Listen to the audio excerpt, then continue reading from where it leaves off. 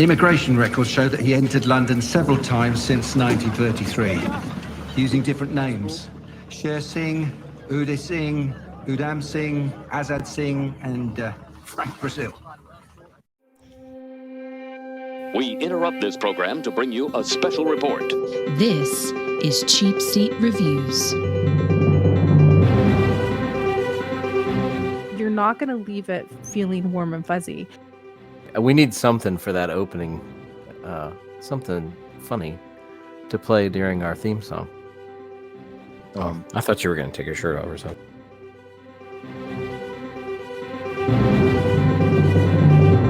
Hello, and thank you for listening to Cheapseat Reviews, the podcast that explores the Hollywood film industry for the greater good. The greater good, Sean. Yeah. Yeah. Yeah? You okay? Yeah. No, but we're going to talk about why. Oh, okay. Yeah. All right. I hope. Are you okay? Are you doing all right? No, I'm fine. I'm fine.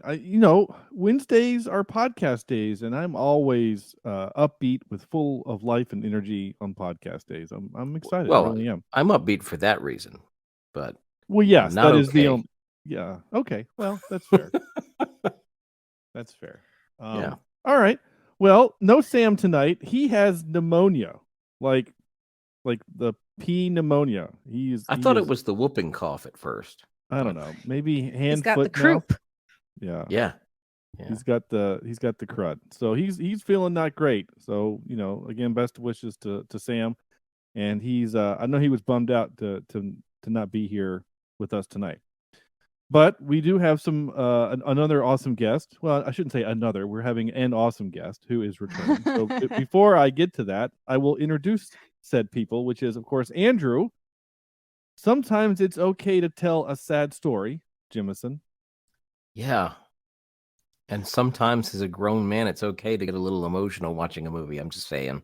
Yeah. Yeah. Yeah, that's true. That is true. It's okay. Not saying I did. Wink. Sorry, I have something in my eye. Yeah. Yeah. Those are man tears. It's all right. Yeah. And it's that is okay. Like, I'm trying to think recently. So we're okay. Maria, I'm gonna get you. I promise. But we're rewatching Avatar: The Last Airbender in my household, and we just got to the episode, "The Tales of Ba Sing Se" with Uncle Iroh. If you know what that show is, you know what I'm talking about. And once again, I've seen this show all the way through at least 7 times. I've seen that episode at least 7 or 8, maybe 9. And every time he starts singing the song, I cry. Every time. And my 6-year-old looks at me and goes, "Dad, why are you crying?" And my 10-year-old says, "Because the Uncle Iroh is sad because his son died."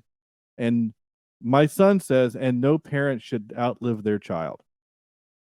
And I just I was done. I was done at that point. So anyway, it's okay to cry, Andrew. That's what I think is my point. Well, it wasn't so much as a cry.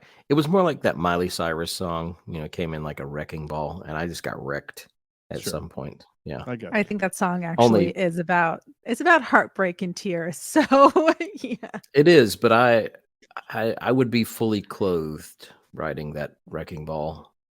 If you weren't, no one's gonna hold it against you. Do you know what I mean? Just you can emote in a way that makes you feel safe, secure, and held. I appreciate that. Sometimes I need a spoon. It's okay. Yeah. Sometimes you gotta be a little spoon. Sometimes you gotta be the big spoon. Exactly. Yeah. The emotional. I'll be your emotional big spoon, Andrew. Thanks. And making her return, her rather quick turnaround, is Marie Frank Brazil from the Alt Pop Repeat podcast. Frank Brazil. And the best part is, we will get into this obviously when we go into the show, but I have up on my phone Frank Brazil song by the Ska Avengers. The Ska Avengers? Oh, I'm in. You had me. Yeah, so the Ska Avengers is a band. I didn't even think to look this up before the show, so I don't know what this sounds like, but clearly it's a incredible ska band who wrote a song about Udham Singh. Nice. So fantastic. Yeah. Like, why do ska bands have the best names? They do have Because they have the best band. music. Oh, ska is my home. It's my comfort food. My favorite It's a feel band. good. It's a feel good music. There's like Yeah. the tweet that's been around for forever. Ska is described as the sound in your head, the music that plays in your head when you find out that you're getting extra cheese sticks. Yeah. Like that's what Or- ska is. Or And- bonus fries at the bottom of the bag. Yeah, like the funny part is ska has now gotten to the age where it's just used in like car commercials now a lot. I've noticed that there's a lot of like car commercials, or like Disney uses it a lot for promos for their other cartoons. So are it's we like saying that? Are we saying that ska is now what Motown was when we were younger? I know, sort of, because there was you remember like we had the California Raisins like singing Yeah, we did. songs, like bumper music, right? Like now it's ska, and it's funny. So like there, a piece of music will be playing, and my son looks at me and goes, "I know, Dad, that's ska." So it's just like, well, you need to know this, 10-year-old. My kid thinks that ska is a character from the Marvel universe. Well, I mean, it should be, right? There should be one. Somebody's name in the Marvel universe that uses upbeats, and they have to pick it up. Okay, there you go. I mean, ultimately, I just have this thing where I love trying to make as many ska band names as I possibly can for like fictitious ska groups, like Nostradamus, Mephistopheles. Yeah, Nice. Mephistopheles is a band. Scotalites. Yeah, the Scotalites. Yeah. If you like candy, Scottles instead of Skittles. Sure. So basically, it's like a fun game. Just yeah. I mean, I challenge anyone to do it. If you need a little bit of joy in your life, just walk down the street and just like see how many ska band names you can just make up, and just keep them. You will never need them unless, of course, you find yourself guest hosting on a friend's podcast, and then you can just drop that knowledge, and maybe we all can imagine what our ska. I'm going to bring it back around to the Wrecking Ball. There is a band, something in the, I can't remember now. I'll find it later. But they do a really rad cover of Wrecking Ball. It's a ska cover of Wrecking Ball. It's actually pretty fun. Go look it up. All right. So here we are talking about a movie. That's what we are here to do. Not ska, though. A ska podcast would be kind of fun, but not tonight. Well, only for people in their 40s. Well, that's true. That's true. You're not wrong. So 5-6 weeks ago, whenever it was, Marie was here, and we did the epic film RRR. Yeah. And we got such an outpouring of support, and we have never had an episode blow up like that one did, especially on YouTube. Now, I credit it to it being Marie was on the podcast for that one, but no, she definitely was thinks not me. It was the she film. thinks it's it the was movie. the film. It's fine.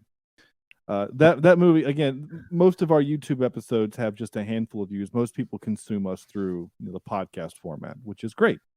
But even the downloads on that one were significantly higher than our normal. And on the comments that we got on YouTube, of the, I don't know, 40 or 50 comments that we got, which again, usually we just get like one or two, if that, there was a lot of them said, you need to do this movie called Sadar Udham. Did I pronounce that right? Sadar Udham? Close enough. Okay. I want to be respectful here. I want to make sure I say, I don't want to, you're doing well. I think it's like, I'm of mind that if you're taking the step, you're good. Okay. A lot of people said, you need to watch this movie. You need to watch this movie. It is a serious telling on what happened during that time period. And I made the mistake of thinking that it was kind of the same people that the RRR was representing, and it's not at all. Mm-hmm. It's just another person who did his part in the revolution to get India's independence. And he was a revolutionary. So Andrew is going to do the read for the movie, but I do want to just kind of give a disclaimer, which I think is interesting because this is the second Indian movie that we've seen, obviously RRR, and now this one. where there's a disclaimer right at the front. And that Mhm. made me start wondering, I wonder if that's what they do. I wonder if that's how Indian films are. Again, I don't know. I haven't seen very many. I've seen 2. And so I wonder if that was either, if that's a thing, or if that's because it's a historical fiction kind of a thing. I don't know. My point is that here is now the Cheap Seat Reviews disclaimer. I Trigger warning. wrestled with this movie last night. I went to bed. I think as soon as I finished with the movie, I think I messaged Marie and said, I'm kind of struggling a little bit with how we're going to approach this movie. And we've done serious movies before, Andrew. I mean, and Mhm. I think we would agree that we have done some movies with some hard topics. Yeah. But we've never done a movie like this, I think. Like we will never review Schindler's List, right? No. Because I was thinking back to some of the other movies that we've done that are kind of hard like this. Hacksaw Ridge is a military movie, but kind of happy at the end, right? Yeah. And then I started thinking about some of the other movies. 13 Hours, kind of happy at the end. I mean, the guys live. Bone Tomahawk. Bone Tomahawk is a horror film, so Well, it's a Western horror. But I'm saying, like, I was kind of thriller. thinking about the movies that are based on true moments in history. Oh, I see what you mean. Yeah. The Siege of Jadotville. Again, Oh, yeah. not quite the same. So this movie does have a different feel to it entirely. The other part I want to be very clear on is, again, we are a movie review podcast. We're here to have some fun. We're going to have some, we're going to talk about real stuff, and I'm going to make some jokes, and we're going to have some fun doing it. But, I'm not taking the story lightly. It's just how I operate. It's just how I process. And so just bear with us. Marie is here to kind of help hold our hands to make sure that we're okay. And the last thing I will say is this. I love history. I don't know any of this part of the world's history. I just don't. It's not what I studied. It's not what I did in school. It's not what I've read. Most of what I've read is, frankly, American history. Our history is pretty effed up in its own way. But it's also whitewashed in a lot of ways too. Some of it is. I mean, I've read some books that were written by not the school. Yeah. Like Maria, Andrew and I live in the South. I don't know about you, Andrew. I literally learned about the War of Northern Aggression. Really? That's what it was called in my school, the War of Northern Aggression, when the North invaded the South to attack our land, and General Lee, the hero, rose up an army to defend our homeland. See, every history teacher I had in high school was a basketball coach, and they did not care about what they were teaching. They just cared about coaching basketball. Yeah, I got that. Yeah. Yeah. But it's like interesting when you think about, like, okay, first off, I love that your basketball teachers taught you. Sorry, I don't want that to go like slide by. That's impeccable. But also, like, in relation to the type of history that you learned in the South also is related to history, obviously, right? So the Daughters of the Confederacy, or the Daughters of, they did it relatively well, even though it's not perhaps the most worldly of histories. The fact that it's still being taught is really interesting to me, because like it was propaganda unto itself, right? To indoctrinate the children of the South in order to believe in a rewriting of history. So, which I think is really bizarrely cool, because we don't, again, like in Canada, you don't have that. Yeah, it's bizarrely cool when you are where you are. It's from the outside looking in, maybe. It's incredibly frustrating when my wife and we moved to South Carolina. We lived there for about 15 months, and then I said it's time to leave. Where she was teaching at a school where not only my wife teaches special education, and at other schools she had taught at, she had kind of helped create a program called Remove the R, right? Or remove the R word. Like, we're going to stop using the R word. when it comes to Yeah. special needs kids. And not only did the principal not back that and said that that is unfair to limit free speech, but the N-word was still actively used there by teachers. Now, Well, it was that's inappropriate. it wasn't used at students, but it wasn't, you didn't say the N-word. They would just use the word because it's just a word, and words don't have, meaning. And it's like, that's not true at all, but okay. So Well, again, then if words have meaning, then go on and just curse your heart. Go to court, be a lawyer, and just drop a few F-bombs and see how the judge likes it. I'm sure it goes over real well. So, Right. I mean, there are levels, right? absolutely. But this is a very interesting take because unto itself, and Andrew's going to give us like the synopsis of the film in a second, but bringing it back to Sadar Udham is that this is a historical biopic, and it is about a very important figure in Indian history. And there's a part of this history, like you were mentioning, you haven't heard any of this before. Like a lot of this history is new to you, but I think it's really interesting for me because we're starting to see new stories emerge, and those stories are coming from different parts of the world, and they're telling us stories that we have previously overlooked for whatever reason. And I think it's a real privilege. It was a real privilege to be able to sit and watch this film, a film that I may never have seen otherwise. I mean, I have friends that are Sikh. They weren't necessarily reaching out to me and say, "Hey, Marie, there's this film, you got to watch it." But once it did come up, I was sending the messages, "Hey, look what's up," and they gave me a full rundown. They were like, "Okay, this is who this guy is. This is how you reference him. This is what his importance is." Da, da, da, da, da, da, da, da. And again, like it's a real privilege to be able to watch it because in North America, especially in Western culture, a lot of our films are dominated by the films that are coming out of Hollywood or the films that are coming out of London or other Western cultures. So it was a real beautiful exercise to go through and watch this film.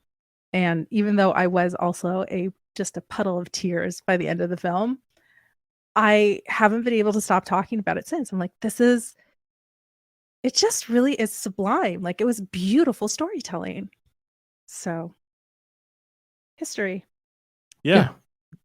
Well, I love a good period piece. I love all of the elements of this movie. I really loved. I loved the Sorry, I paused because I'm hearing weird noises. Is that me? I don't know. Is it me? I don't know. Mute Andrew. Is it you? Well, I don't know. We're gonna figure it out. We're just gonna keep rolling. It wasn't too bad. It almost sounded like a car drove by. Like somebody has like okay, there it goes again. Mute yourself, That's Andrew. I just did. Yeah, it's you, Andrew. This fun break will be Andrew troubleshooting. Andrew knows what it is. Okay, this is going to go on too long, and I can't sing that on loop for much longer. You don't need to do that at all. Okay, we're gonna get copyright violations anyway because it's fine because you were just so perfect with it. Still there? Yeah, we're still here. Are you still there? No, I mean, is the sound still there? Maybe. No? I don't know. I don't hear it right now, so we're gonna. Okay, good. Yeah. What was it? My wife likes to leave her computer running, and so the fan gets really loud. I think that's what it was. Oh, maybe. All right. Well, all I was saying was I was basically just vamping for a second there. Andrew, why don't you go ahead and just read the plot synopsis for this movie? Because I would bet, I mean, seriously, I would bet that unless you're listening or watching this because you asked me to do this movie, you've probably never even heard of this movie because I'd never even heard of this movie. So I think this is a time where the plot synopsis is actually really important. Okay, and I do apologize ahead of time if I mispronounce any words. Although, as bad as I will be, I have to remember I won't do as bad as Sean. So, all right. Ouch. A biopic. Yeah, it's okay. He knows. It's all right. Yeah, he's not wrong. A biopic detailing the 2 decades that Punjabi Sikh revolutionary Udham Singh spent planning the assassination of the man responsible for the Jallianwala Bagh massacre. Did I say that right? Jallianwala Bagh. Yeah, he sounded good to me. Jallianwala Bagh. All right. Yeah, you got it. Got it, big guy. So I apologize. Usually it's smoother than that, but there's a lot of words in there that I was afraid to say. I could tell you're just like you're psyching yourself up. But Because then I ultimately- messed up the word assassination. Assassination. Well, you were I know. That's channeling fine. your inner Sean Connery. Yeah, You assassinated the word assassinate. that's you did right. fine. You did fine. Thanks. All right. There it is. Yeah. Yeah. Okay. So, if I will say this too, this is a 2 hour and 45 minute long film. Mhm. It is a long film. They're very Obviously And not it as feels long that as way. it does feel that way. I won't lie. It Yeah. felt it. And there was a moment where we were getting, like, I think we were into the trial part, right? And I'm like, okay, we got to be wrapping this thing up. And I hit pause and I was like, oh my God, we have an hour to go. Okay. Mhm. So it is a long movie, but if this movie if you're interested at all in what we're saying, feel free to watch this movie. It's on Amazon Prime. I do recommend that you watch this movie. It's not, we're obviously going to spoil it, but it's a historical event. But I do recommend that you watch this movie. I really do. But if you don't, I understand. Again, it's a long time commitment, but go watch it if you can. It's worth the watch. I mean, it's I worth the think watch. It is. Definitely. And I agree with you in that it did start to feel long. For me, it was when he was in the jail in the end Mhm. and he was retelling his story, and we finally got the inside scoop on Yeah. why he was so committed to His actions. killing So it was and that is like a significant part of the film. And I would say, like, if this was a Hollywood film, then they would definitely show that for sure. However, they may not take it as long as they did. And what I appreciated about that is it made you got as tired as he did. So as I'm Mhm. watching, I was like, oh, I'm having a really interesting emotional response, not only to the subject matter, but I'm also feeling a little exhausted as I'm watching sorry, I want to say his name the way that we're supposed to pronounce or reference Sadar is Shaheed-i-Azam Sardar Udham Singh. So that's how we're supposed to call him, because he has a title of an honorific that indicates that he's a martyr, and it is a respectful way to reference him. But I think, like, just for the interest of this podcast, I will likely not say that entire title again, just because it is a mouthful. Shaheed-i-Azam Sardar Udham Singh. It's a lot, but it's like It is. really goes to show like what the importance of who he is to the Indian community, in particular, Sure. to the Sikh community. But Well, going back to that, Well, go I was on. just gonna say it's not that really different. It's just more words to say when we would say something like Sir Patrick Stewart. Like, we are honoring. Is kind of, maybe not. I don't know. Yeah. Maybe I'm trying to relate it to a way I can really. Sir versus Shaheed-i-Azam. Yeah. It's Yeah. And it's Anyway. like, it's beautiful, like, to have a title, like, again, like, it just, all it is it's an honorific that really indicates the importance of him as a revolutionary, and his stature within history, and again, the importance to the Sikh people. And Mhm. but yeah, going back to that, like, one scene, it was a lot to take in, and that's when I started to feel like, okay, this is a long film. But Yeah, that's also when I started to break down and cry. There's a few scenes in the movie where the tears came up. The first one was when he met up with, where is her name? Eileen Palmer, after the protest, and he's chatting with her, and he's so endearing and he's so lovely. Like, I just thought that, like, Vicky Kaushal was incredible in the role. He's the one who played Sadar Udham. And there's a scene where he meets up with another character, and her name is Eileen Palmer, and she is a communist, and she is protesting in London. And when he walks up to her, he's trying to have a conversation with her. And it's in broken English, but they get the message across. But there's one line when he says to her that she's like, "Oh, you're fighting for, equality or freedom? Fight for the world." And he's like, "No, I need to fight for my country first, because there is no equality. I'm not equal. I'm not equal there.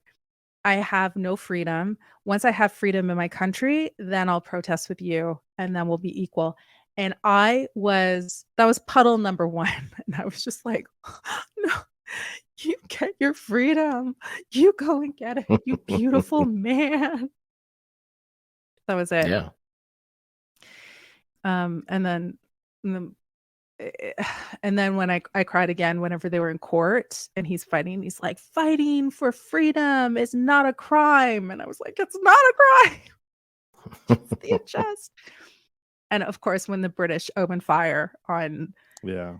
that was, Yeah, So- that was rough. And I was trying to remember other moments in film where we have this moment where it's, people, the powerful shooting innocents, whatever, like that. And I couldn't remember. I mean, I know it's happened in other movies, and I was drawing a blank, but Well, the way what that movie it made me think of is The Passion of the Christ in many ways. I've actually never seen it. You've never seen that? Wow. No.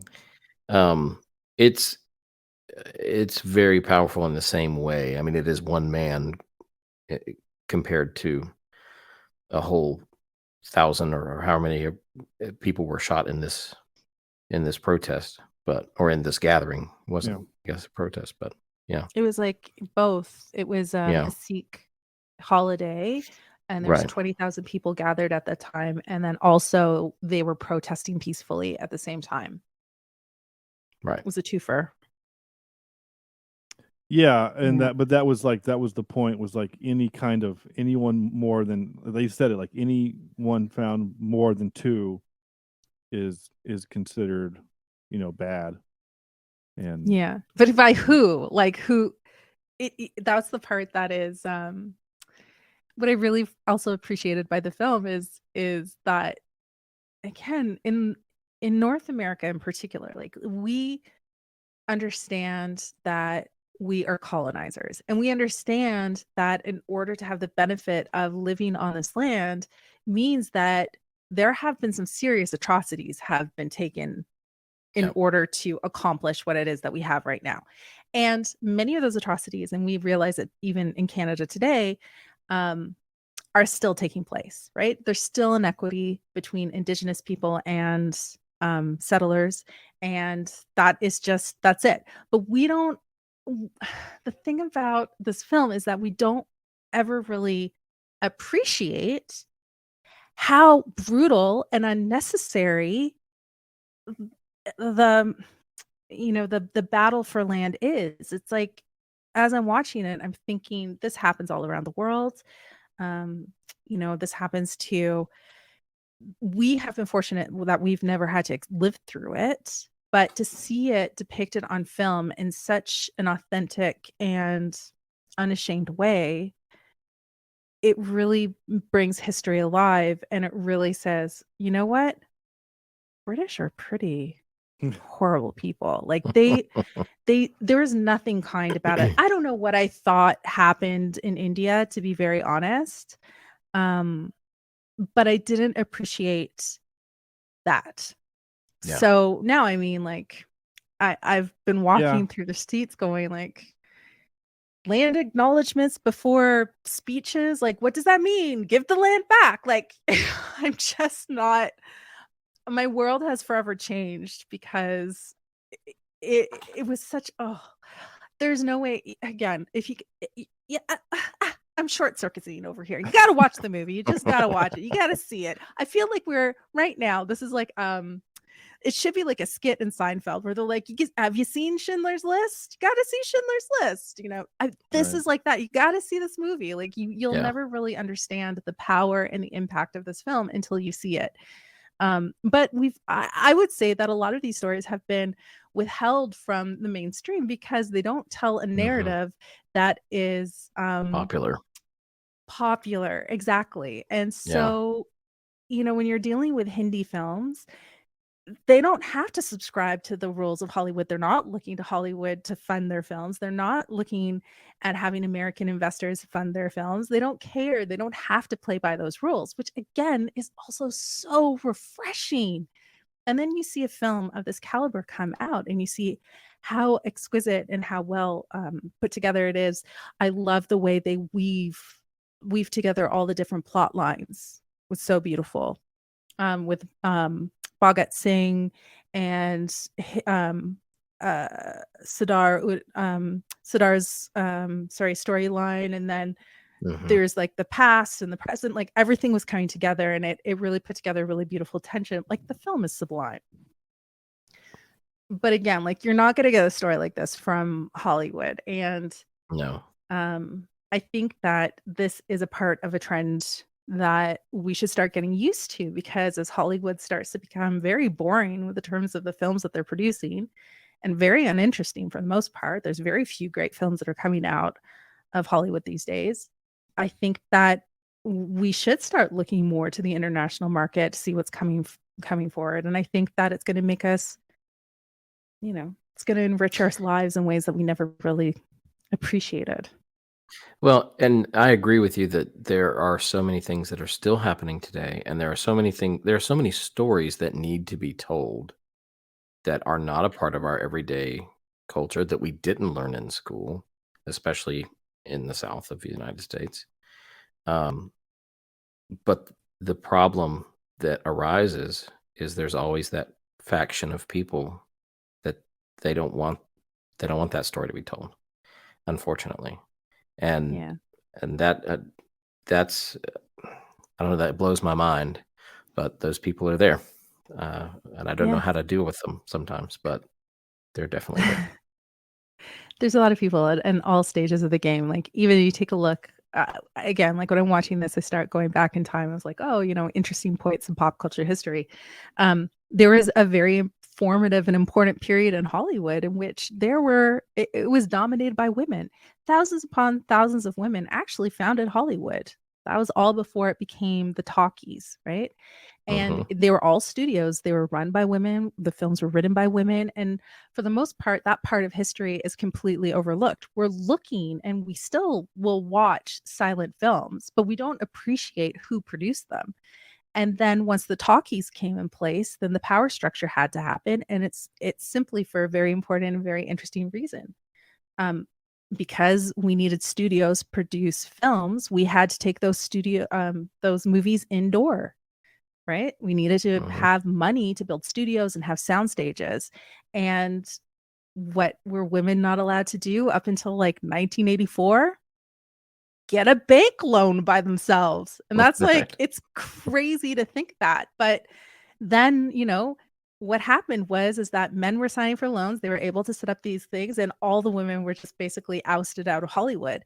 So I find it interesting that for a long time, there has been a power structure in which a lot of control, a lot of money, and a lot of influence has been governed by a group of individuals that kind of stole a market that was built on the backs of women filmmakers. And they were telling stories through their own lens. They were greenlighting stories that they felt needed to be greenlit. And they created a structure in which the narratives often centered around white individuals. Or if you had people of different ethnicities, I'm Arab. So for me, anytime I saw my reflection in Hollywood, I was inherently violent, or I was suppressed, or Mhm. I didn't have, like it just didn't. Or I would take a look at any films that were featuring Black characters, and then there's like the myth of the why is Black pain such an important narrative in film? Like there's so many other stories, or a Black character has to be the one that's like the wise sage one that's guiding the white character through. And why do women always have to talk about men? Like why is that our main thrust in films? So like it's kind of like we got used to having a certain power structure and a certain type of story being told to us. And now we don't have to necessarily worry about it because we have streaming platforms, we've got the internet. And those two things allow us to see films that are being produced all around the world. Yeah. Would Parasite have been as popular as it was if it wasn't for the internet? Squid Games obviously wouldn't have been on Netflix. And this film, I mean, had its widest release on Amazon Prime. Yeah. So RRR again hit it big on Netflix. So Well, yeah. And you asked a question on Twitter, or you mentioned you commented that this should have been nominated for an Oscar, and the only reason why it wasn't is because it didn't make it to theaters. hey, Yeah. you're wrong. Do you know why? Well, actually, it was released in theaters. So for an international, and because when you said that, I was like, I don't believe you. I don't believe you. well, So it's I went not and I it's not looked. listed on IMDb. Let me put it that way, because when I go to No, it's not. IMDb, yeah, on any kind of releases, there isn't. So So it was released on October 1st in theater. So for an international, so this would have been up for best international feature film. To qualify for that category, that film only has to be in theaters in its home country for 1 week. That's it. And that's what they did. So they released it on October 1st, I guess 2 weeks, October 1st, and then on October 16th, it was released on Amazon Prime. But they only released it in theaters for that short period, I think only to qualify for the Oscars. Unfortunately, it didn't make it to the Oscars for a number of different reasons, but the one that seems to be grabbing the most mythology or the most widely reported is that there apparently, I don't know how true this is, but I saw it reported by a number of Indian newspapers, is that the film was too anti-British. It was too anti-colonist, and they felt that was too negative to be included in the category. So it was submitted by India. It was unfortunately rejected by the Academy. interesting. Yeah. Yeah, I'm on IMDb right now, and it looks like the only two places that it was 4 places that it was in a theater. India in October 16, like you said, Poland for a short time. China had it at the International Film Festival, which was a month before, in August, which again technically a theater. And then Spain also did it, opening film, Asian Film Festival, Barcelona. So it did. You're right. It did make some big screens. It is a shame that it didn't get any kind of recognition for international film, because it is on the same caliber, in my opinion, as Schindler's List. I mean, it really is. And you think about the name of that director. I mean, Steven Spielberg. Yeah, but and it's the clout also that he brings compared to a film that's not produced here. It's done from India. That does that. But it's easy to have a effect on it? movie. It's easy to hate on the Nazis, right? Like I think we all can. That's a bad is. guy that we can all get behind and go, yeah, But I guess this goes back to that faction of people, though, that I'm talking about. That. Yeah. Okay, you know what? The movie does hate on the British, but rightfully so. Like they did some bad things. Yeah. If there were a movie about white people settling the New World, and it were really told the way it should be told, people would not think that the settlers coming in from Europe are all that great. And so, it's. I don't know. I don't get that. I don't get the people that are afraid to say, hey, this is a little rough to the British people. I don't get that. Yeah, I again, British, they colonized a major part of the world, right? Well, yeah. So um it's still, and the wounds are still very fresh for a lot of people. Mhm. And there's like another conversation I was having with my friend, and she's Sikh, and I said, look, do you ever think it's interesting how generational trauma for those of us who are ethnic is very different than generational trauma for anybody who's white? And it's true, because our generational trauma is usually tied to atrocities of colonization. Mhm. And it's and that's kind of like something that those of us who are part of the global majority all kind of rally around in this funny little way. It's like this one thing that we have in common. But it's a hard pill to swallow for anybody who is, like, straight up anybody who's white and has never had the stories, Right. of grandparents who had untimely deaths because they were targeted by the British, or aunts or uncles that were targeted for whatever reason. Like, I mean, we could go into Yeah. like all the stories, but then at the same time being at the center of power, right? And this is Mhm. what this film, I think, is so, and even at the very, very end, when you get to it and they have like the information that's coming up across the screen about how the British has never apologized for the massacre. And and the thing is like, that's not going to happen anytime soon, because if they did, then Britain would have to agree that they had participated in some sort of untowards and wrongdoing during the act of colonization, which then Mhm. means that they would have to say that for everywhere that they colonized. And I don't think those floodgates are going to get open anytime soon. No. But yeah, like it is an unfortunate reality. And yeah, it's a very heavy topic. It is very much, this is a very Mhm. like Schindler's List type Yeah. film where Yeah. you're not going to leave it feeling warm and fuzzy. You're going to leave it feeling excited. Again, it just reminded me, like, the world of cinema is so much bigger. It's so much Mhm. bigger. And I just, Mhm. even this movie was so hard to watch.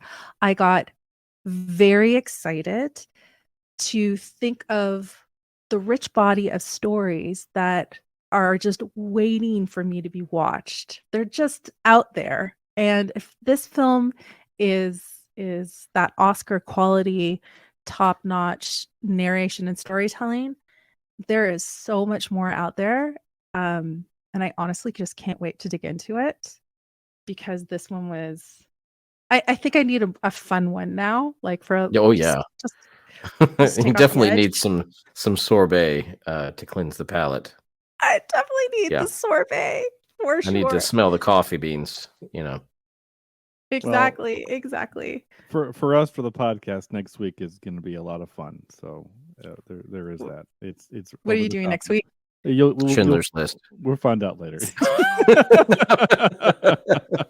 Thank you for that, Andrew. Schindler's List. You're welcome. No. Yeah, no. but the movie is great. There's some beautiful, beautiful performances, and it's a beautiful story. I think it's again, I don't know. I it just really depends what you're into. Now, I have friends that like hardcore, not my queen, anti-colonize, like colonization or decolonizing, et cetera, individuals, which I love. Like, I'm not too far off where I'm just like, I think that, but again, a little different for me. But um I reached out to them. I said, look, you got to watch this movie. You're going to lose your mind. You're going to love it so, so much. And everyone's starting to watch the trailers, and I'm getting messages coming in. They're like, what is this film? I'm like, guys, I know it was produced in 2021. And the only reason I found out about it is because we had the privilege of talking about RRR, and Yeah. folks, got in Reached out to touch us. and said, A hey, lot you of got to people. check this film out.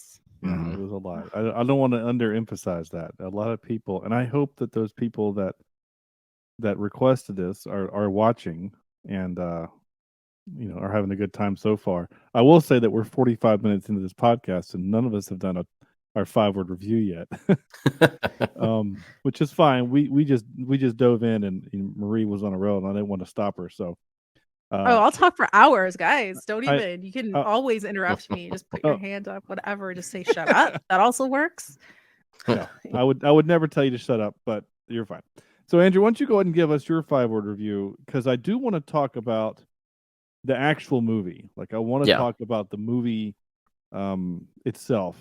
Because I honestly I have a couple of things that I keyed on that kind of annoyed me. So we'll get there. So Okay. Andrew. While Sean wipes the underboob sweat that he's sitting in. Sorry, we need something for that opening. Something funny to play during our theme song. You're fine. I'm trying to throw something out because there's going to be very few and far between in this podcast for this episode. Who knows? Yeah. All right. So heavy doesn't even begin to describe. That's my review. Like to say this film is heavy, it's heavy, Doc. Like this is especially the third act. We get to the third act, which Marie talked about. It is just him retelling the reason that he is fighting, right? The reason that he is doing what he is doing. And you understand 100% why he is doing what he's doing. And I appreciate, but at the same time, I don't appreciate because I had to sit through it. But I do appreciate it because I had to sit through it.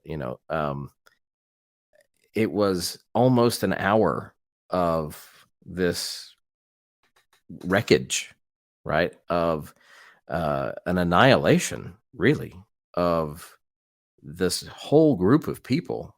And it wasn't just like, I think the general said, we want to strike fear, right?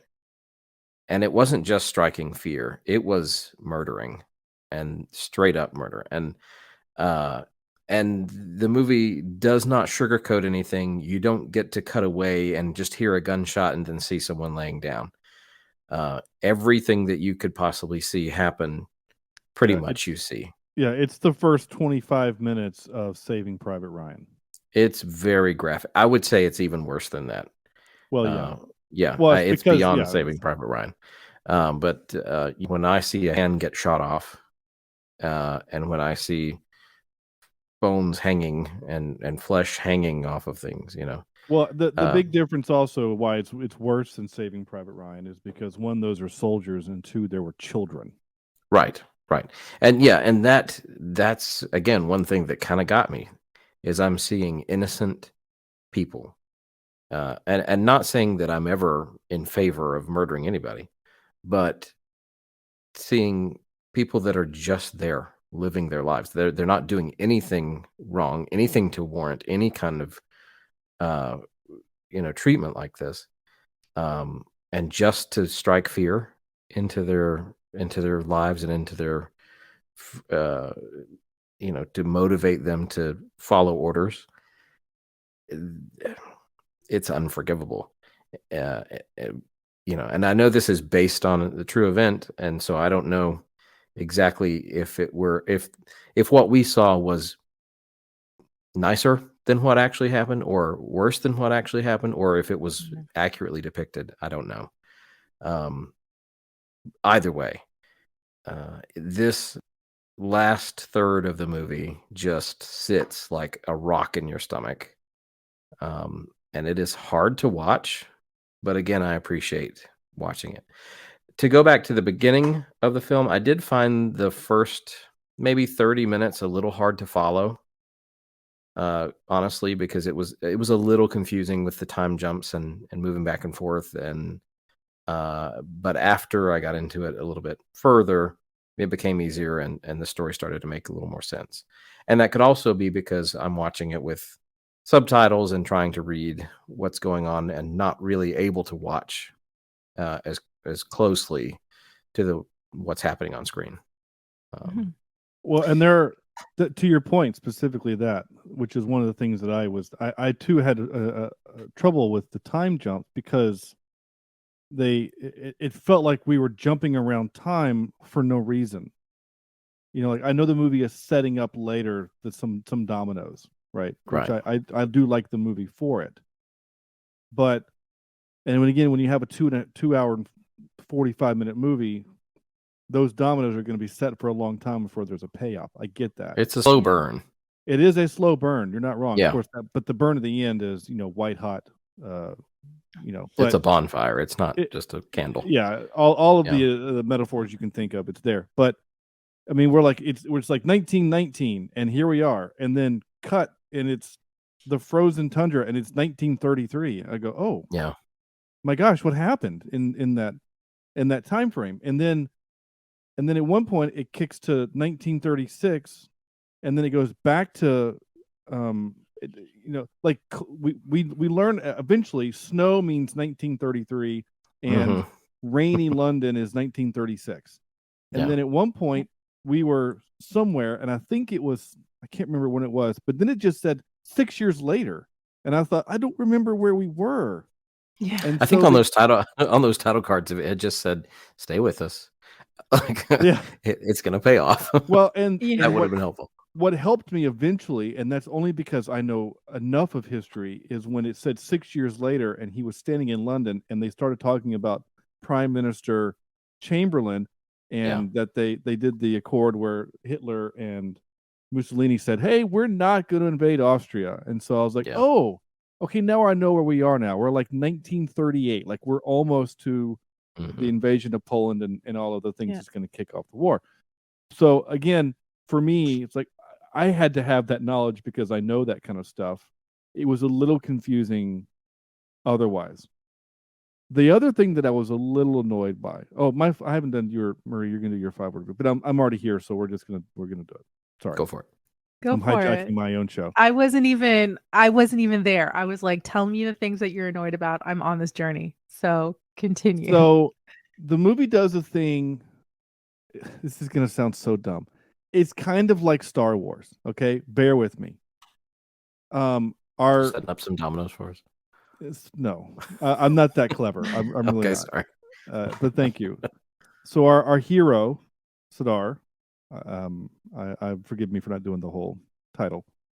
He's talking in Hindi. Yeah, that's the language. Yep, Hindi. you got it. He does some broken English when he needs to, but there's a lot of time where he's talking in Hindi, and there isn't a translator to tell us what he's saying.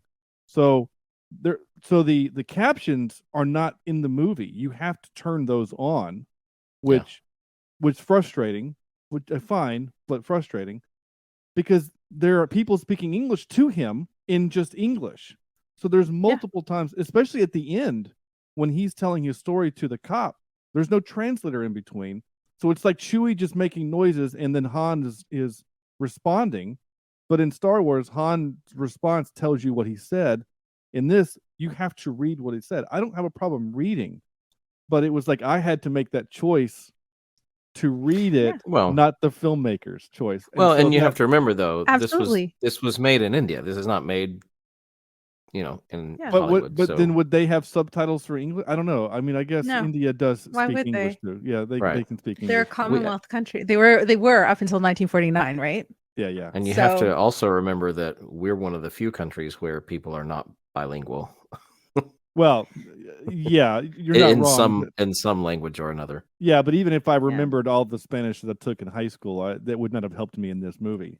It's just for No, the it would not movie. have. No, but for the movie experience, again, I have no problem reading. I know I've bitched before.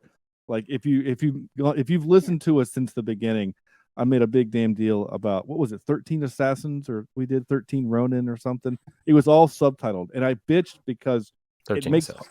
it's hard for a podcast that plays audio clips on a movie where none of it's in English. Yeah.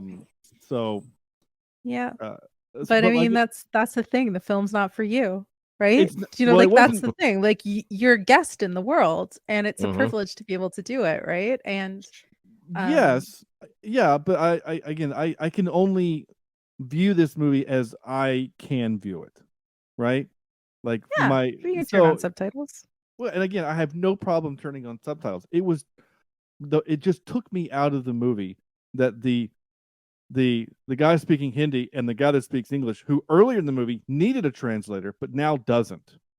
So that's why I was like, but it was still such a powerful moment in the movie, especially when he hears the story. The cop hears the story and is so moved because there's a couple of hints throughout when he's doing the investigation. Because at one point he's like beating the hell out of him, right? Or he's at least in the room when the torture scenes and the waterboarding is happening, right?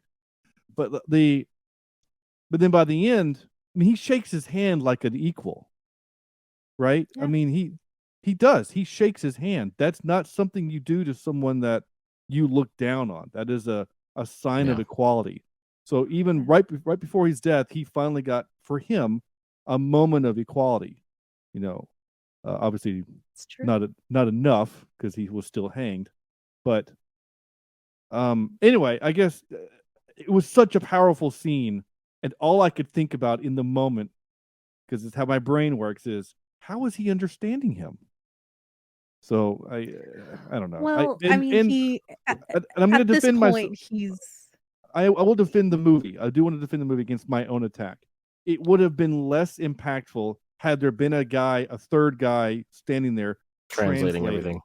Yeah. You know what I'm saying? Like, and I don't know. And I mean, don't forget, like, there's a very important part to it. Like, he's not bad at English. He was in England for a long enough time. It started off pretty broken, and he starts developing skills along the way. We saw that scene when they were in the factory, and the British manager is like telling the guys off, and then he understood all of that. But here's the thing, when he got arrested, he was not telling them anything. He wasn't telling them he knew how to speak English. He didn't tell them. So he was just keeping his mouth shut because they didn't know who this guy was. Like, who are you? Where are you from? Obviously, he's Indian. We'll have a Hindi translator. But I think that was a part of the ruse. That was a part of the setup. Sure. He was just saying, okay, well, I've got an automatic barrier and I'm just going to lean into this. So you don't know anything about me. And you know that there's people that I wouldn't have been able to communicate with or speak with, and it kind of adds to the mystique. So I don't think it was like he didn't understand. I think that was just him leaning into the fact that the British would assume that he doesn't speak English, and he was using it as a bit of a cover for a while. And in the end, once he was convicted, in that weird kangaroo court that he was convicted in, then there was no pretense anymore at that point. He's done for. Like, he's on his way to the gallows, and the constable now can sit and have a one-to-one on him. There is no agenda. They can just be humans, and he can share his story, and there's a bit more freedom, which I thought was interesting. But yeah, when he brought him his sweets, when he brought him the laddu, I was like, nah. Yeah, his last meal. Yeah. You're 100% right, especially like with the court scene, because once we get to the court, like, the translator's gone, right? Because he is speaking English. He is yelling about, you know, it shouldn't be illegal for people to fight for their freedom. Like, when he's making these points, you know, and the filmmaker, the film person in me, you know, wants him to be this calm, collected, you know, kind of Gandhi figure where he's able to articulate his point, whatever. But that's not how it would be. He would be so full of rage and energy that it would be hard to articulate. He's just yelling like, "You are the guilty one, and you are the guilty one," and like, it was very frenetic and really well done and well shot. I mean, he literally, his first words are, "Just shoot me now," because this is fake. There's no point of me being here. He's got no one. Like, everybody he knew in the world, like, he was an orphan. Nobody knows what happened to his parents. He was in the orphanage, and then all of his, like, brothers and sisters were all murdered when he was 20 years old. And at that point, like what he has nothing left in this world. Starts joining the revolutionaries, they're all murdered. It's like he has nothing to lose, so he might as well be a martyr for freedom. And there's so many like beautiful like undercurrents in the film. The fact that he's in London talking about fighting for freedom, trying to like to justify that his revenge on Dyer is justified, while planes are flying overhead to fight for Britain's freedom against the onslaught of Nazi Germany. So it's like there's some really beautiful like subtle moments where I'm like, this is crazy. Like the irony of this man saying, look, you invaded my country and we were fighting back for our freedom, and that's not okay. But Germany is knocking on your doorstep, and it's totally fine for you to go and kill Germans so that they don't colonize your country. Totally fine. Like there is, but what is the inequity here? The inequity is that he's brown, essentially. So it's like, and then there's another really beautiful moment in it that I thought was so interesting, which you only would catch if you had the subtitles enabled, which most of us would. Yeah. But did you notice that when the translators were translating him, they changed what he was saying? Yeah. And they did it all the time. All the time. And it was So almost like they were being a little more direct and a little more forceful with what they were saying. Yeah.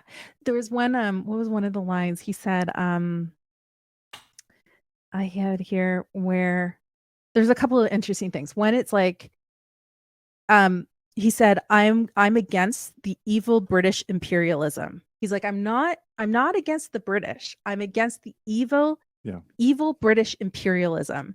And the translator dropped evil. So he just said that he was against British imperialism. And I mean that changes the context of it all entirely. I mean, he was against Dyer, who was evil. He said, kill, open fire. He was like, thumbs up, open fire at a gathering of 20,000 innocent civilians. Go for it. That's evil. But once they took out evil, now it's just British imperialism in general, and that means essentially all British people. So that was an interesting thing. Or whenever they were in the court and the judge told the press not to report on anything Sadar says. Sadar is saying, I'm fighting for freedom. That's fine. Like there is no crime to fight to be free. That is my right as a human being to be free. And the judge is like, press, you're not allowed to write anything he says. So it's like, it's so interesting. Like they have these like little subtle moments that get added into the film all the way through it. And I think that just makes it more like, again, the inequity of it all and how powerful this film can be. But I mean, like there's times I was like, oh, that's not good. That is not going to work out in his favor. And I didn't know how it was going to end, because obviously I didn't know the history of it until I watched the film. But I really was rooting for him, to be honest. I knew that it wasn't going to work out, but I really was rooting for him. Well, and in the first 30 minutes of the movie, you really don't know whether you are supposed to be rooting for him. It's not until later that you find out, all right, that he's the reason that we're here. And his fight is the reason that we're here. I mean, only by the fact that he's on the poster, you think, okay, well, he's the hero of the story. It's funny when he goes in to do the assassination. And Marie, I promise you're going to get to do your 5-word review here in a second. It's fine. My 5-word review. It's nothing special. I know, but it's a bit that we do on the show, and I want to honor it. It's when he goes into the room to shoot the guy, and he does, right. He unloads. He puts 4 rounds into him, and then he shoots the other guy who think he got clipped in the arm. Yeah. And he gets caught. My initial thought was he can't get caught. He has more important things to do. He's for some reason, Right. I thought if he was going to somehow get out of it and to go on to do other things, right? Because that was part of his thing. Was he was constantly trying to organize arms to India, and like everything he tried kind of didn't work, leading up to the assassination attempt. But he was very, very smart and forward thinking, because he had multiple opportunities to kill this man. But then he realized, if I just kill him in his home, it's just a robbery. Or if I kill Right. him while we're hunting for, whatever, I'm He pulls just a Dick Cheney. I'm just an employee shooting his boss. But if I do it here in front of these people at this event, then I get to have my cause. Again, it was actually brilliant on his part. No, Yeah. but he knew that he would get caught. Like, he had to have known that. Whereas in those other cases, he might have been able to get away, but he would Yeah. have been labeled a coward or just a common criminal. He wouldn't have had his so. He Anyway, he was living out almost the instruction of his friend Bhagat Singh, who um who was hung for bombing. I'm gonna, this is like testing me right now, but it was like his best friend in the film. You see him clutching this one photo of him all the way through until the very end. And he was his friend, he was his mentor, he was his inspiration. And yeah, like it's again, like it's crazy. It's because at the crazy. mentioning of his name is when he finally talks to the police. When they Yeah. mention his name, he's like, "Hey, don't talk about him. This isn't about him. Like, you don't talk about him. You can talk to me." Yeah. What's your That's 5-word it. review, Murray? Oh my goodness, it's nothing. It's like It's fine. I'm fighting for freedom in film because I Oh, was it's like, good. just in general, like I love my like I'm really into like, let's decolonize film. Let's like change the system. Let's tear it down raw. So I'm like, yeah, make film cool again, and let's get some interesting stories out there. Yeah. No, you're not. I'm for it. I mean, I need to see Parasite, but I like this. Yeah, you do. This movie was, it blew me away. I didn't have the emotional reaction that you did. I think either one of you did at the end, because, and this is going to sound bad, but I was a little desensitized by the movie Hacksaw Ridge. Like, that movie already sucked that part of my soul away, because it Yeah. Did you watch it recently? within the last 6 months, yeah. Oh wow. Okay. Hacksaw Ridge is one of my top 2 favorite war films ever. Yeah. I mean, it's good. I just don't search out opportunities to have my soul sucked out of my body by a Well, film. I mean, you and Sam watch The Walking Dead or whatever. You guys do that weekly or what? So Oh no. I don't I watch know that. that's mostly a Sam thing. I get grief about that all the time though. But that, and when he does his one man, ambulance crew at the end, Yeah. which is just, it is hard to watch because he's just looking for people to save, and then he saves Yeah. that woman, He's the and only one. he's the Mhm. only The one, which only one. there was a moment where again, my cynical brain, there's a moment where I'm watching it and I'm thinking, is this what happened, or are we just showing it's just him to highlight how awesome he is? And I remembered earlier, before you defend it, because I remembered this earlier when he was talking to old man McBad guy, when he was saying, Reginald Dyer. yeah, when he was saying people were afraid to go help the wounded because of the curfew. Yeah. Yeah. And he says, no, that's not true. That's not true. And he said, yes, it is. I was there. Like, Mhm. he's kind of having this argument, Yeah. even when he says, like, I'm an educated man. So in the moment, in the first moment, when he, after about the 7th or 8th time, I thought, there can't possibly be no one else around to help out. But they were probably all terrified. They were probably afraid that if I go and help, then it'll be a crowd of people that will get shot. And I mean, again, they were, because the curfew was on. So the curfew had been enacted. So for all anyone else knew, they would be killed helping the wounded. So it did make sense narratively and in the context of what was happening. Like I said, for about 10 seconds I thought, that would really happen. And again, we don't know, but it did remind me of Hacksaw Ridge in that moment. But the big difference, of course, is that those were soldiers and he was a medic and like he was trained to do that. And this was just a guy trying to save his family. And Yeah. Maria, I love what you said about we were watching him getting tired and we got tired with him. And I was exhausted watching him because as he was doing this, I thought, my God, he's not just moving like a kitten. This is a whole person. This is a body that he is. This is somebody who is not able to help themselves. He's lifting these grown adults and putting them onto a gurney, sort of, or whatever he found there with wheels, and pushing them, not just 10 feet across the room, pushing them a long distance to get help. And it's an amazing feat that he accomplished there. The one part that really hurt my chest, I mean, like I felt it wasn't the gun, the violence, because I've seen that a lot. It wasn't the dead bodies. It was the moment where he brings in the child, he sets him on the table. The doctor comes over and says he's already dead. That part is sad. It wasn't that part. It was when he didn't know what to do.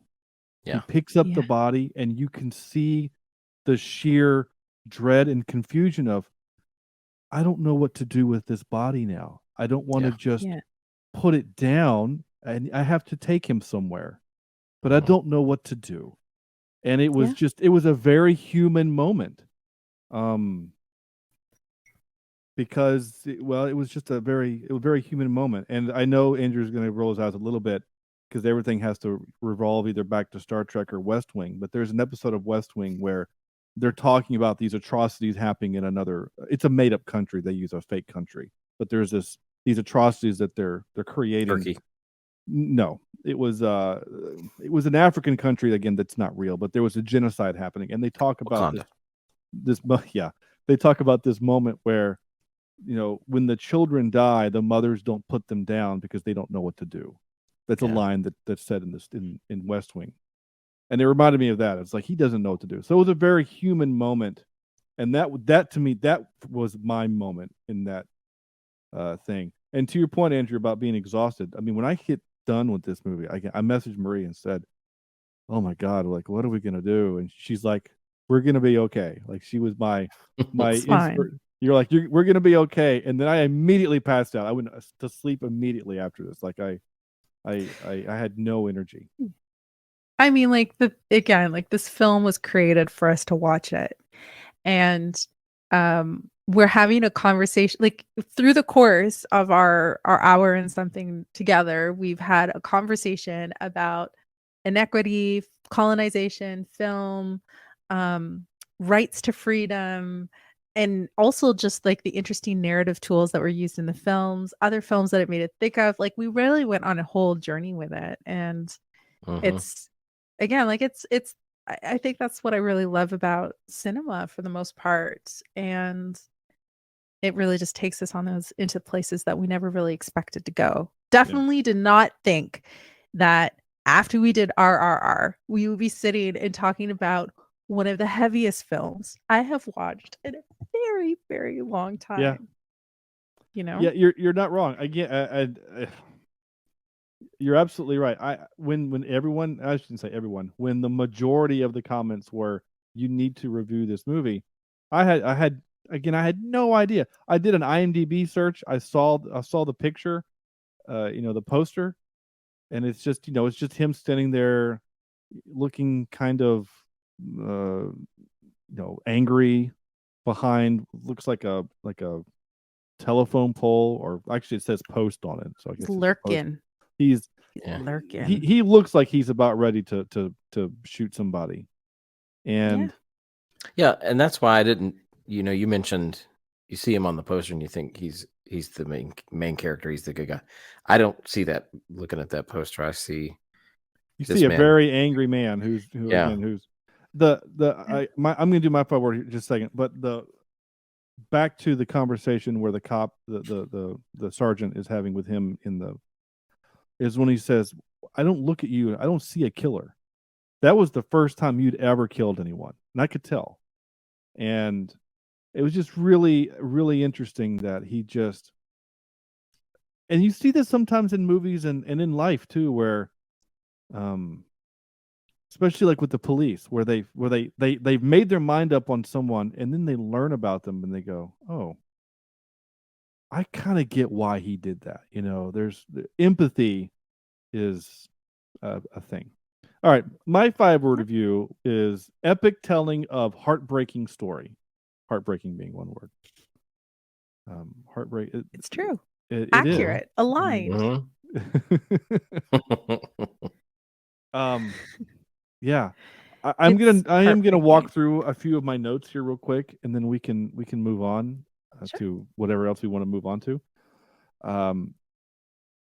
There's some moments that are kind of, so the first time where he's sitting in a car, like he gets to London, and again there's passage of time, and there might have been a title card that said something time later. I might have missed it. There was a couple of times where it felt like I might be misremembering, where it felt like the title card was happening underneath dialogue, so it means that it was in the way of the I think that happened. The subtitle. Couldn't think of the word. I think that happened maybe once or twice, and so I got confused. Anyway, there's a moment where he's getting a cab, and he's talking to the leaders, the Communist Party leaders there, the Indian, Brotherhood, HSRA, yeah, kind of roughly, whatever the England version is, right? Because they're at that place, that restaurant or whatever. And then he's like, "Hey, I need some money. I need some help." And then like the next scene, he's in a car. And I thought, so my note was, how did he get a car? And then my next note was 6 years later, what year was it when it went forward? And then of course I would then figure that out. And then I also thought it was really interesting that he had so many different jobs. Mm-hmm.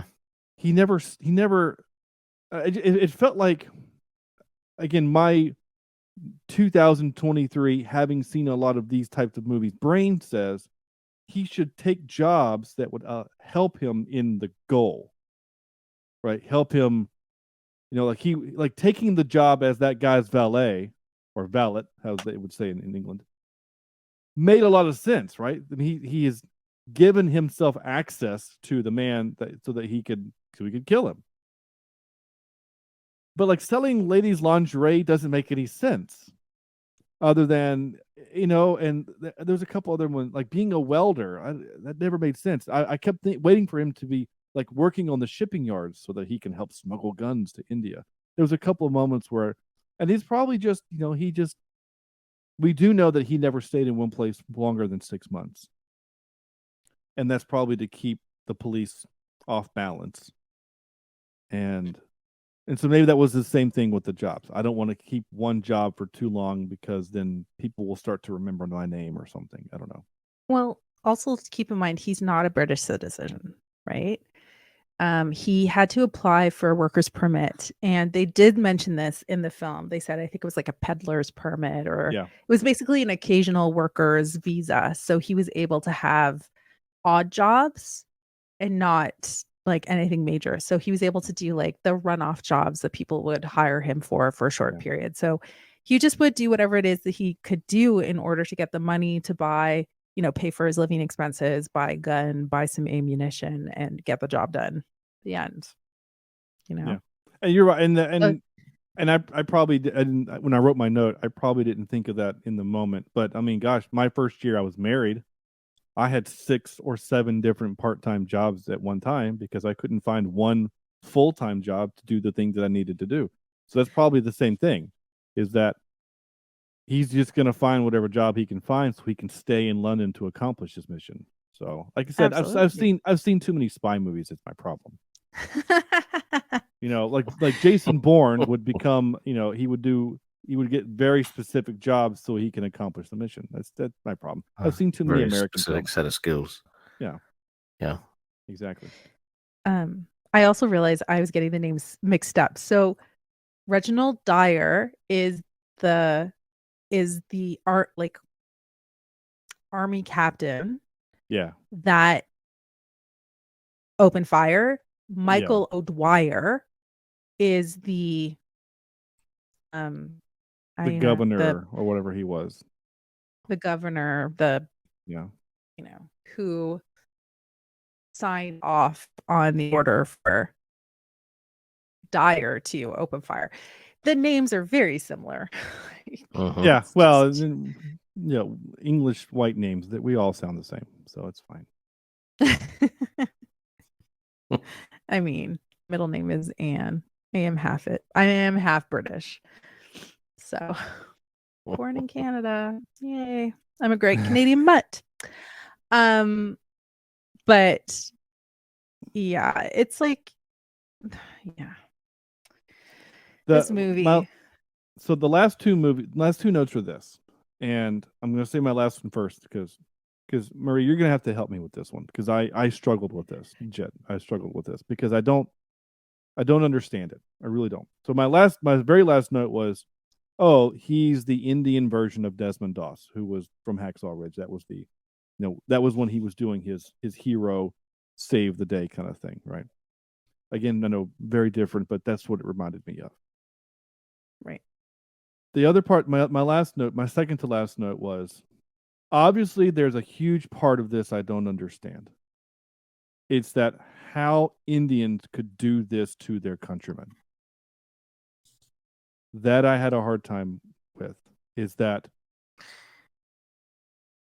Yeah. Well, there are also, historical records of people that were, I guess, I don't know if you want to call it Stockholm syndrome or brainwashed by, colonizers from other parts of the world that sided with them and joined their militaries, and it happens, and it almost falls back on the guy that said I was just following orders. I was just doing my duty in some ways, Yeah, I get that him. I do that. Well, he's different. I'm not talking about him, but yeah. I know you're not. Yeah. It's just, like Marie, like you understand what I'm saying, right? Like it just, yeah. It seems like such a crazy thing for it to happen. Even in RRR, there was a lot of troops that were Indian, and I just kept thinking, like, why is it the thing where, these are the people with power, and I don't want to be left on the street, so I will do whatever they say, so I can gain a little bit of self-respect, and if that in food on the table and a house over my whatever, and is it as simple as that? Is that these men are just, they'll do whatever it takes just to maintain a little bit of whatever? I don't know. It just survival, like you got to survive. And whenever you have individuals that are faced with really difficult decisions, and they've got to make choices, and sometimes they find themselves in situations and they have to align with their oppressors. It's just like it happens all the time. And there may have been even a handful that were aligned with what the British were doing.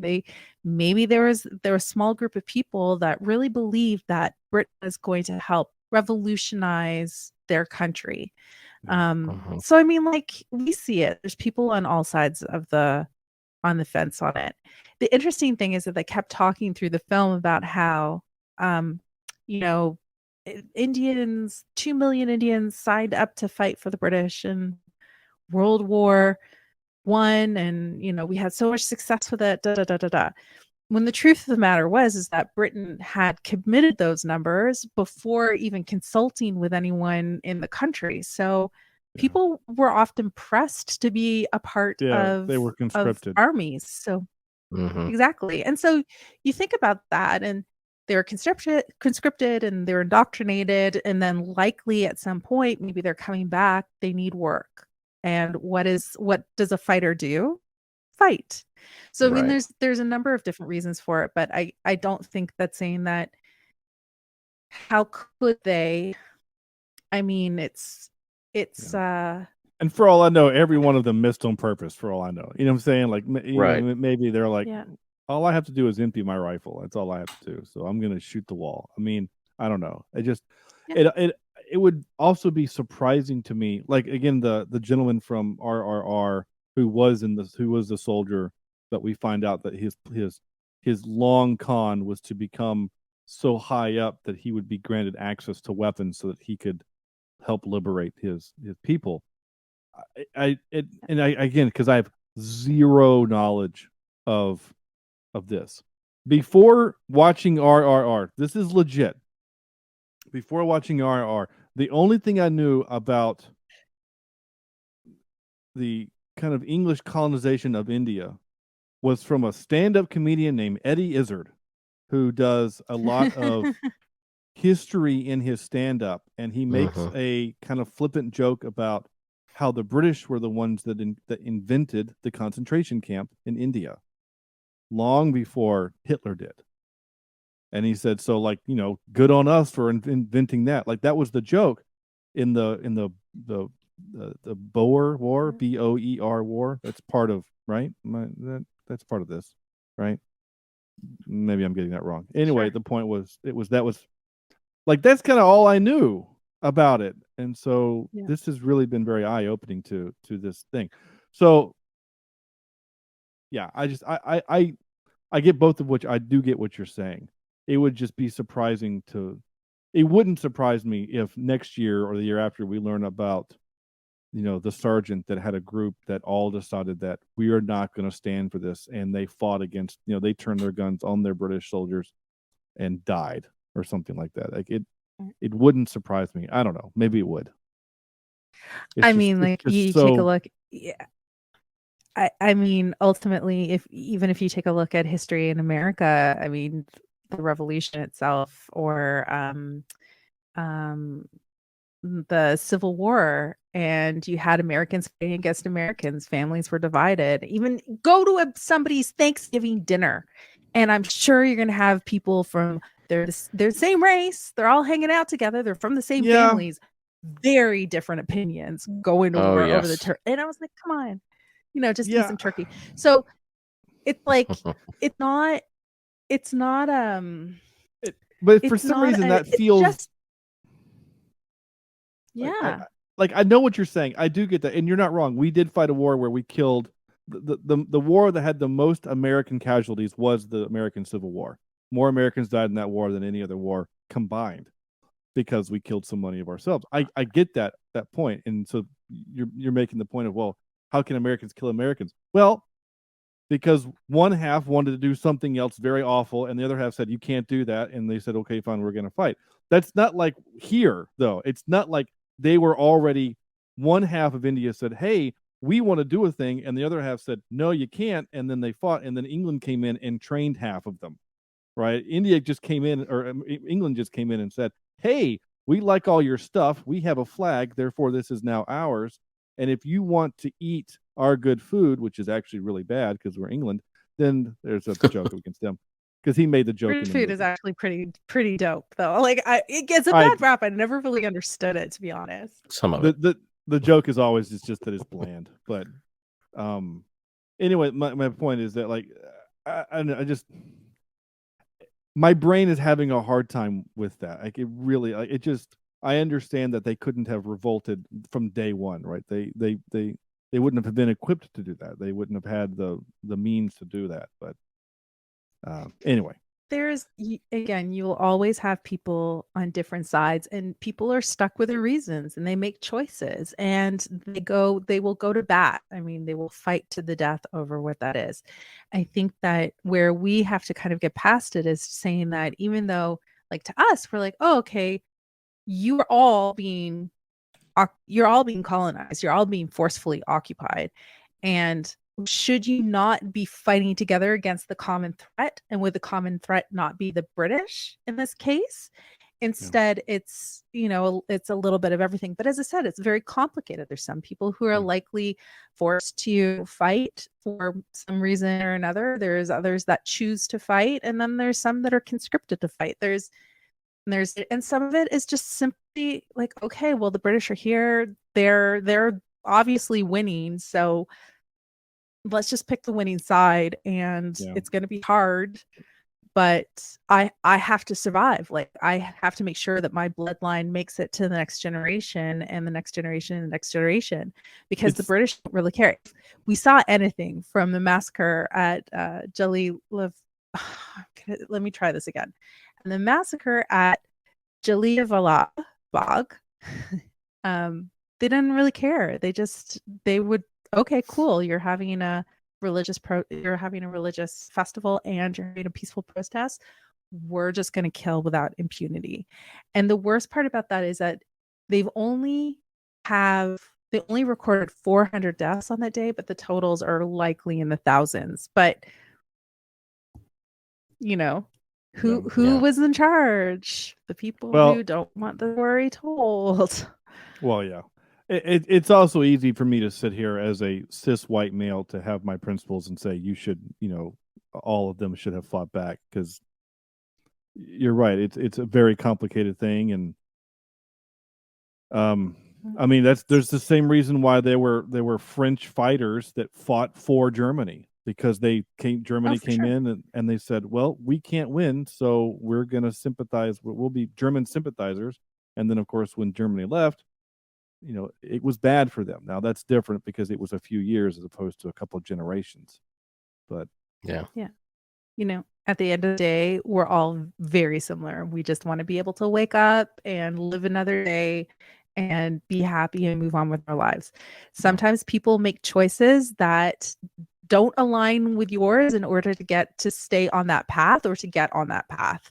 And it can be very challenging, as I said, like, especially when you're dealing with the story in this film, where you're like, but I will say this, that is really interesting, is what the film doesn't do is it doesn't gloss over or rewrite any of those pieces. So they're saying, they could very easily rewrite history to a certain degree and make sure that when those troops are coming in, it's only white people behind those guns. Yeah. They made the choice to keep this accurate to the context of the history of the people, and to have that conversation on the deeply complicated and conflicting history of being surviving in an oppressed state, and some of those choices that divide people. They put it in. We're having a conversation about it. Yeah.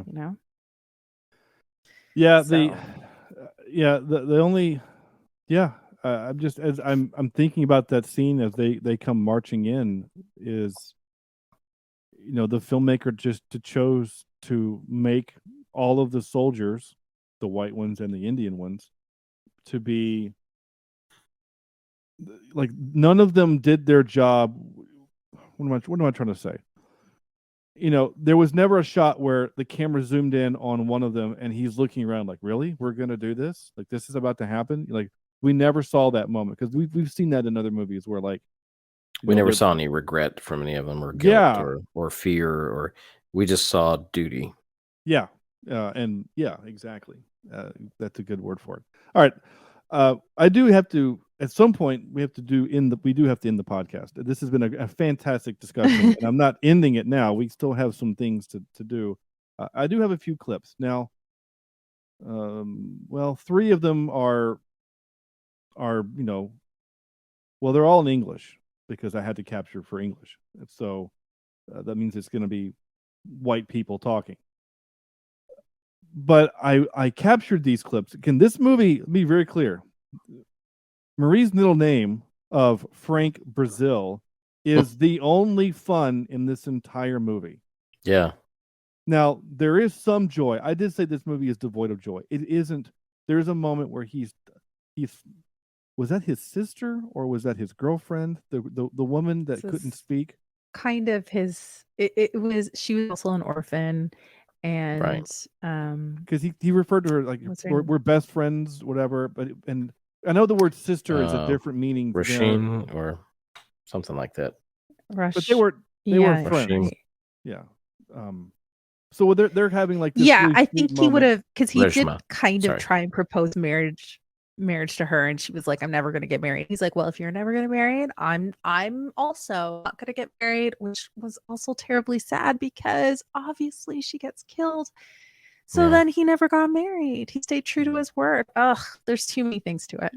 But there Too was much. some joy in that moment where they're kind of hanging out and stuff. I mean, it was a flashback after we've already had some horrible, but the movie isn't totally devoid of joy. My point is that usually when I capture a clip, it's because it's something funny. There isn't. So I captured these clips specifically because if you listen to this episode and don't watch the movie, I wanted to give you a glimpse of what is happening in the movie. Does that make sense? I wanted to give you a taste so that when we say these are the things that the movie said, and you're like, maybe they're exaggerating, I wanted you to be very understood. I wanted you to understand very clearly this is what was said in the movie. So here we go. Here's the first one. This clip is labeled White Man's Burden.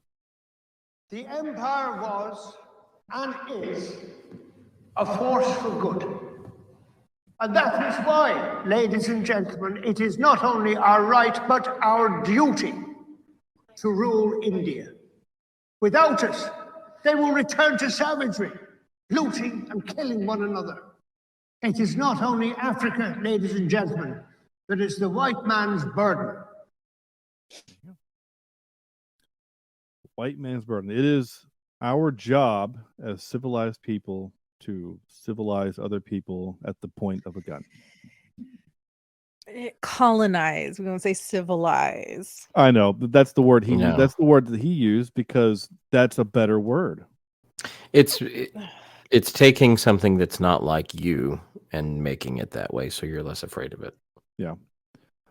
We were talking to about ska earlier. My favorite band is a band called Five Iron Frenzy, and they are based out of Denver, Colorado, and they have several songs, almost one per album, in which they sing about the plight of the Native American or the indigenous peoples.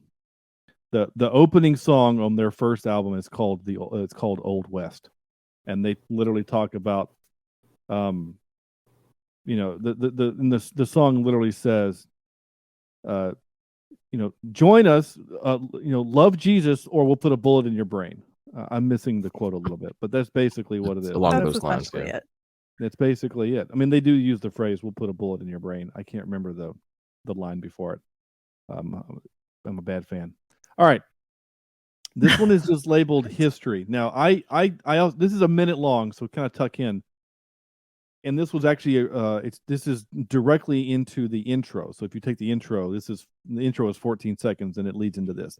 I just love this because it gives us a 60-second kind of rundown of him while he's doing his thing here. Our hero. He first settled in a small apartment in East London and constantly shifted residences almost every 6 months, from the east across to the southwest at Bournemouth. While here, he tried to organise an international network of rebels for the Garda Party, making contact with sources across Europe.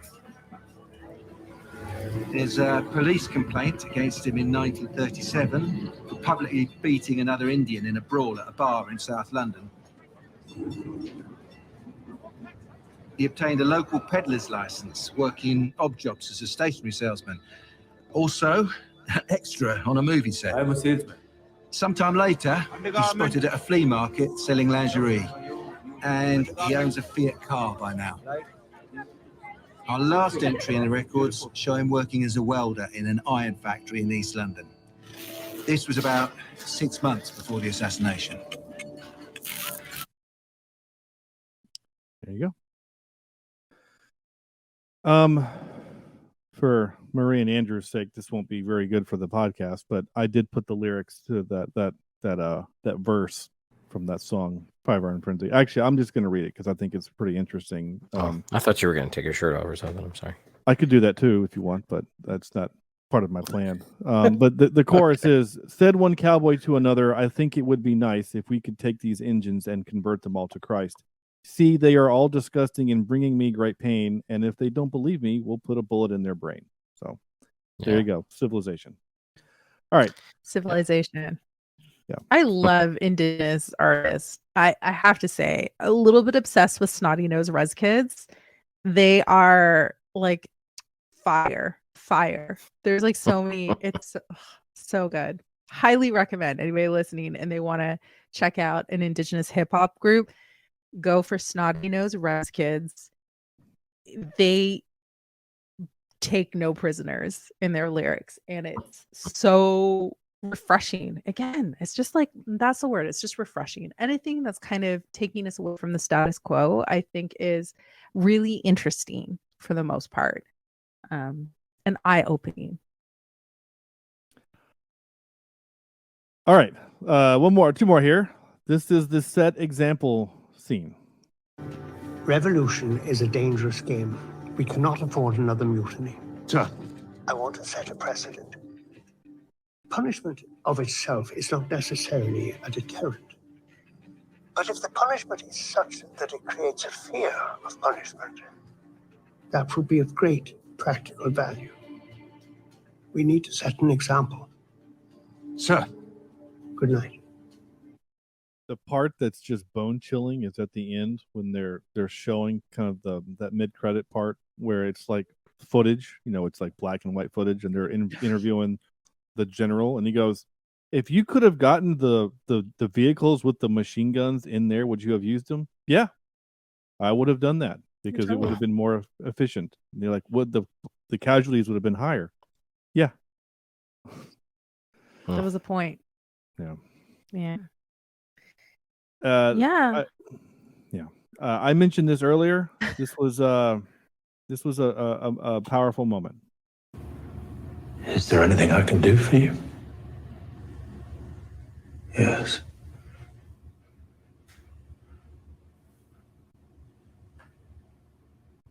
Tell people I was a revolutionary. People, I was a revolutionary. Love it. Yeah.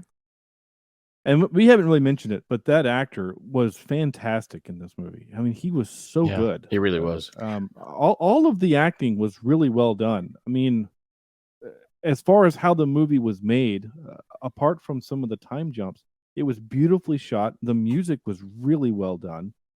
At no point that I was ever distracted by it. No, I enjoyed the music a lot. Yeah. And again, Andrew will, because he knows me. There was one boom shadow that I saw, and I almost took a picture of it, but the moment in the movie that it happens is so not happy that I thought, I'll let it pass.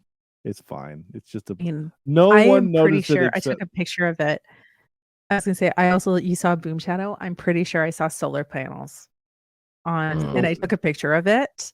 And I couldn't tell. It was either solar panels, but or very modern windows, like skylight windows. I'm like, if all he had to do is like move his head a little to the left, and it would have been, you wouldn't have seen anything. Yeah, I don't know. Anyway, there's a boom shadow. It's fine. It happens. Never when I was the boom operator, but. Just kidding. It happened. How do you get a shadow under a horse, though? Well, it's when you boom from under the horse. There you go. That joke has been around for 8 years. I appreciate it. Has. That is a joke. And boom under the horse has meant many different things on this show. All right. And now for some more bad news. Ready? All right. Bad news time. Well, so we had what we like to call a failure to communicate, because Marie, last time she was on the show, said, "I'm doing the game next time." And I didn't communicate that to Andrew that was actually happening. So we have 2 games, I think, is what we're going to do. We're going to go kind of a back and forth. Yeah. It's okay. 2 questions, one guy. Yeah. And you know what? I'm just curious to see if Andrew and I just asked any of the same questions. I mean, there's a point. I do wonder. Yeah. there there is a some point where crossover? I just, yeah. But Yeah. I don't know if it was the same for you, where I was like really intent. I was really committed to this endeavor, and I was really in it. Well, But then I'm there's going a to be honest point. with you. It, Movies like this, for me, it's really hard to do that because I'm invested in the film more it so than was if a we're little bit watching of like some old trashy film, you know? exactly. Yeah. But it was like I it took me so long probably to get through the first hour and bit of the film, because I would be rewatching. I would be like, oh, that was really great, and then oh, no, that's fine. I should go back, rewind it, and that could be a thing. But as I said, there's a point in the film where I just abandoned the task entirely, because I'm like, at this point, Yeah. I Yeah. can't I cannot go, I can't in good conscience ask anything, because I don't want to diminish what's happening on screen. But the Yeah. first part of the film, when you don't really know what's happening, it's like, go for it. Well, the other my part of it opinion. too is you're also reading, Right. so it's So you like miss them. your Yeah. your eyes can only have so much time to dart from thing to thing when you're also reading. So we'll go Marie first and then Andrew. Let's just do that. So you're asking just me the questions, right? I guess so. Yeah. Well, either way, Marie's already got Um, stickers coming to her, so we're all winners in whatever. Okay, well, let's start with something relatively easy. When Sadar was in Russia, and remember he collapsed in that field, Yeah. and then he was picked up by a person who had a dog sled, Yeah. was taken to rescue him, essentially. How many dogs were pulling the sled? It was 5, wasn't Yeah, it? you win. 1 point. See, I thought I'd go like simple. I want you to feel good about yourself, because Andrew's gonna ask some questions that I'm like not gonna And it's so know. funny. I remember specifically because it was a really cool drone shot, right? Because the drone is tracking the dog sled, and then it Yes. comes down pretty low. And I remember specifically there was one dog in the middle, and it didn't like whatever the drone was because it kept veering off to the side. Like it Oh. didn't want to go straight. It kept going. I'm thinking either because there wasn't a helicopter because there wasn't enough snow being kicked up. But I thought, oh, that dog doesn't like that. It keeps going off to the left. So, it's a dog. All right, Andrew, what do you got? It is a dog. Okay. What type of car did Sadar own according to the police report? It was a Fiat. It was. They- Very good. It's in the clip that I played. Beep. Oh, it was? Yeah. Shows you how much I was listening to your... That's I'm fine. sorry. I was reading my questions, getting ready to ask them. All right. I'm on a roll here. Here we go. One of my favorite things, and again, this is an easy one, but I just thought it was delightful. Sure. There was a warning that popped up on the screen just after Sher Singh arrived in London. What is that warning? Like a movie title warning? Like, no. It was a warning. Was there any warnings that were on the screen in the film? I don't Just a little remember that. advisory. I don't know. I don't remember that. It was warning. watermarked in the lower right-hand corner. And it was like it pops up when he arrives in London, and it really doesn't leave until very close to the end. Sometimes it changes a little, but the warning is still in essence is always the same. I have no idea. It was smoking is injurious to health. And then when they were drinking on screen, that would change, and it would say smoking and cigarettes and alcohol are injurious to your health. And that was it. And it was a watermark on the screen, and it was there the entire time. Really? I wonder if that's exclusive to other countries, because I don't remember seeing that. Like, I wonder if that'd that's be something really that they interesting. play in Canada. Yeah. Because Did you watch this on There's Prime, no- right? Yeah, watched it on Prime. Yeah. Maybe I just Yeah, missed yeah. that because I didn't see that either. I have. Like, I'm so confused by this. Like, I want to go back and I would like. be surprised if I'd be surprised if they specifically watermarked the film in order to have just in Well, Canada. well, here they like encourage us to ruin our health. But Yeah. I don't know. I mean, the I don't government know. makes a hefty fee off of the sale of alcohol, cigarettes, and cannabis, and soon to be psilocybin. So Mhm.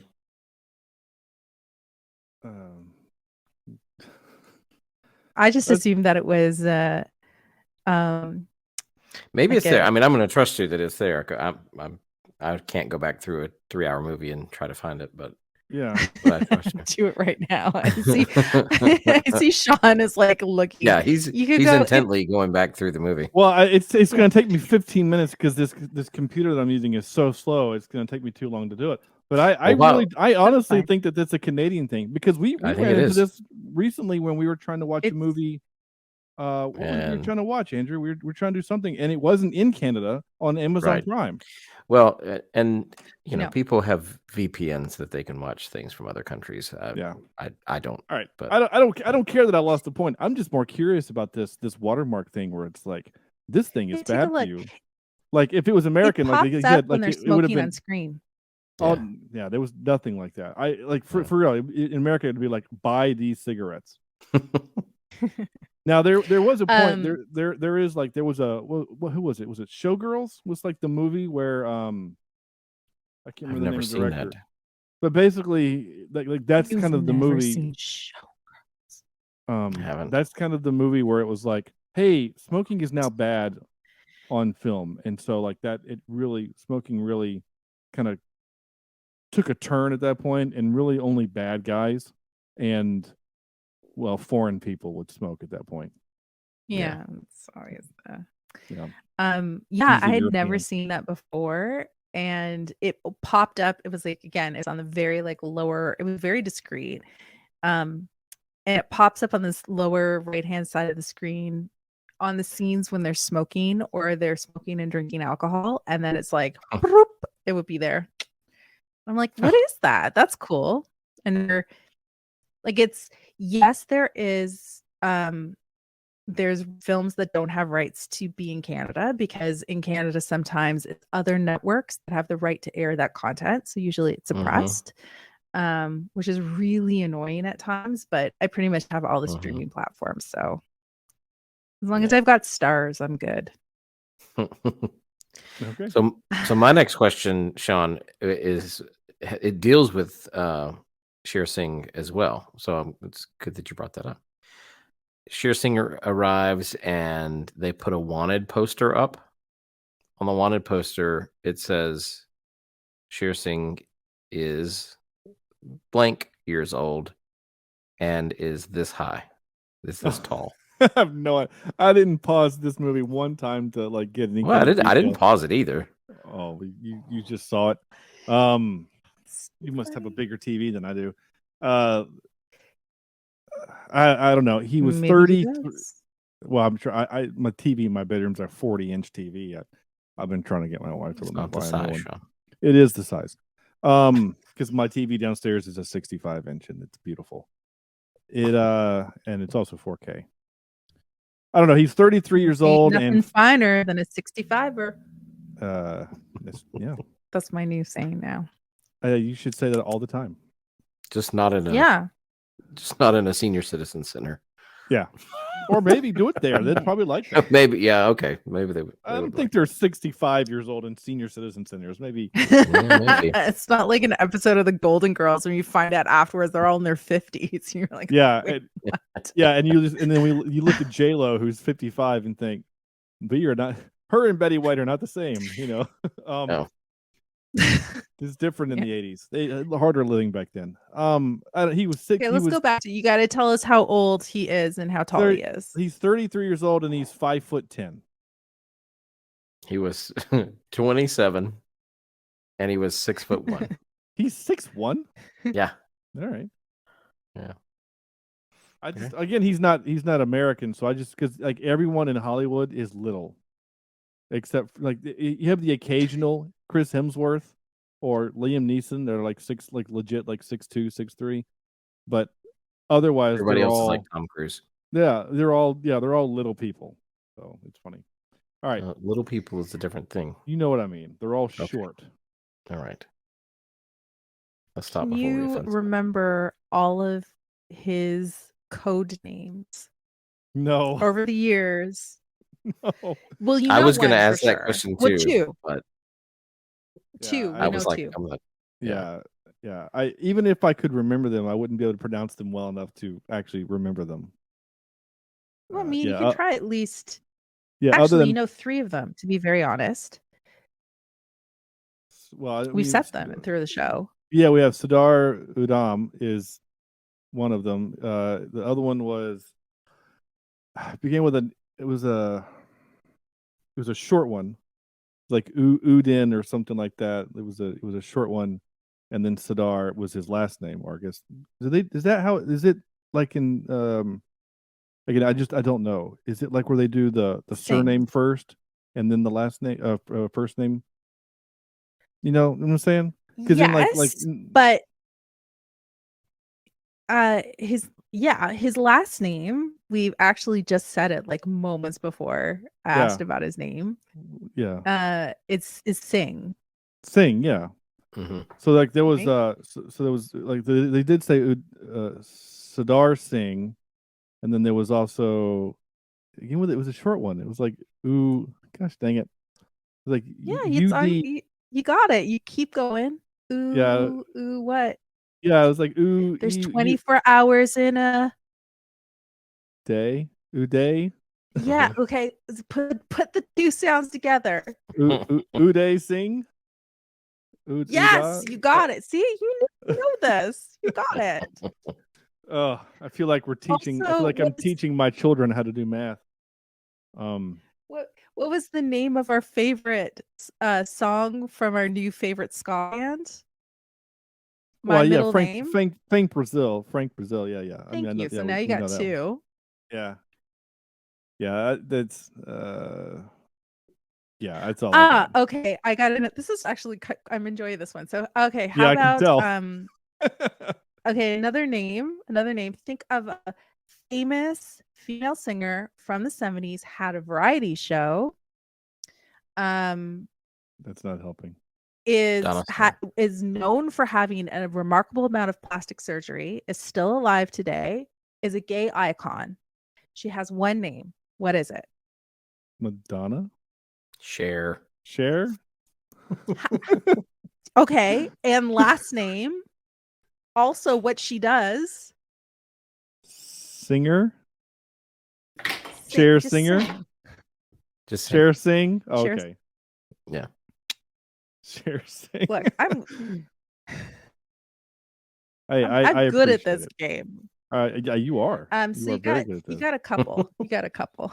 I'm good I better on appreciate this side. So yeah, we have Cher Singh, Uday Singh, Udham Singh, Azad Singh, and Frank Brazil. And swear to God, the moment they said Frank Brazil, I had to pause it and just laugh for a good 2 minutes because I was not expecting that name at all. No, it's like, but I mean, legitimately, he did go by Frank Brazil. Yeah. I mean, it's almost like a porn Also, name. I'm just gonna be honest with you. It's kind of a porn. It's an excellent name, and It's a fantastic. from now I love on, when I go to karaoke and I need a name, I'm writing down Frank or trivia Brazil night as one of my alter ego. Yeah, I like it. It's a great. Good on him. All right, what you got, Andrew? Well, I didn't take as many, or I didn't notice as much throughout the movie, like I said, because I was enthralled in this film. But I did have one more, and that was how long did Udham say that he wanted to kill O'Dwyer? How many years was he waiting to do it? 19 years? No. 21 years? 20 years, wasn't it? It was 21. Yeah. 21 years. Yeah. I knew it was somebody's drinking age, either ours or Canada. I couldn't remember. 21, yeah. 18 if you're in Quebec. Oh, nice. Of course, the French. I know exactly. That's where we'd all go when we were 18. We're like, we're gonna go to Montreal this weekend. Woo! Yeah. Good times. One time, Marie, not tonight, but sometime I need to tell you how I almost didn't get into Canada. So that's a fun story. All right, you got one more? Do I have one more? If you don't, that's fine because we do need to move along. It's 2 hours. No. I think honestly, like I don't have any. I have ridiculous ones. But I did write down the name Lord Haha. Because Yeah. the point, I also was not expecting to hear that, but that's legitimately was the name of the Lord. Yeah, that's it. I just wrote Lord Haha down and no other context around it whatsoever. That's all right. I like It's it. a really Lord Haha. a good note. It's a good note. Yeah. All right, time for this. Excuse me while I whip this out. We are going to do our top 3, and this week, because this movie is a biopic, we are going to do our favorite biopics, and we're going to start with Marie. Top biopics. My favorite biopic. I love Malcolm X, Denzel Washington. Mm-hmm. I honestly loved that movie when I was younger. I also really enjoyed. Ooh, this one I'm doing a bit on the fly because I was like, biopics, I can do it. I also really enjoyed the Queen biopic. Can't remember Bohemian what it's Rhapsody? called. Bohemian Rhapsody. Mhm. And Mhm. I also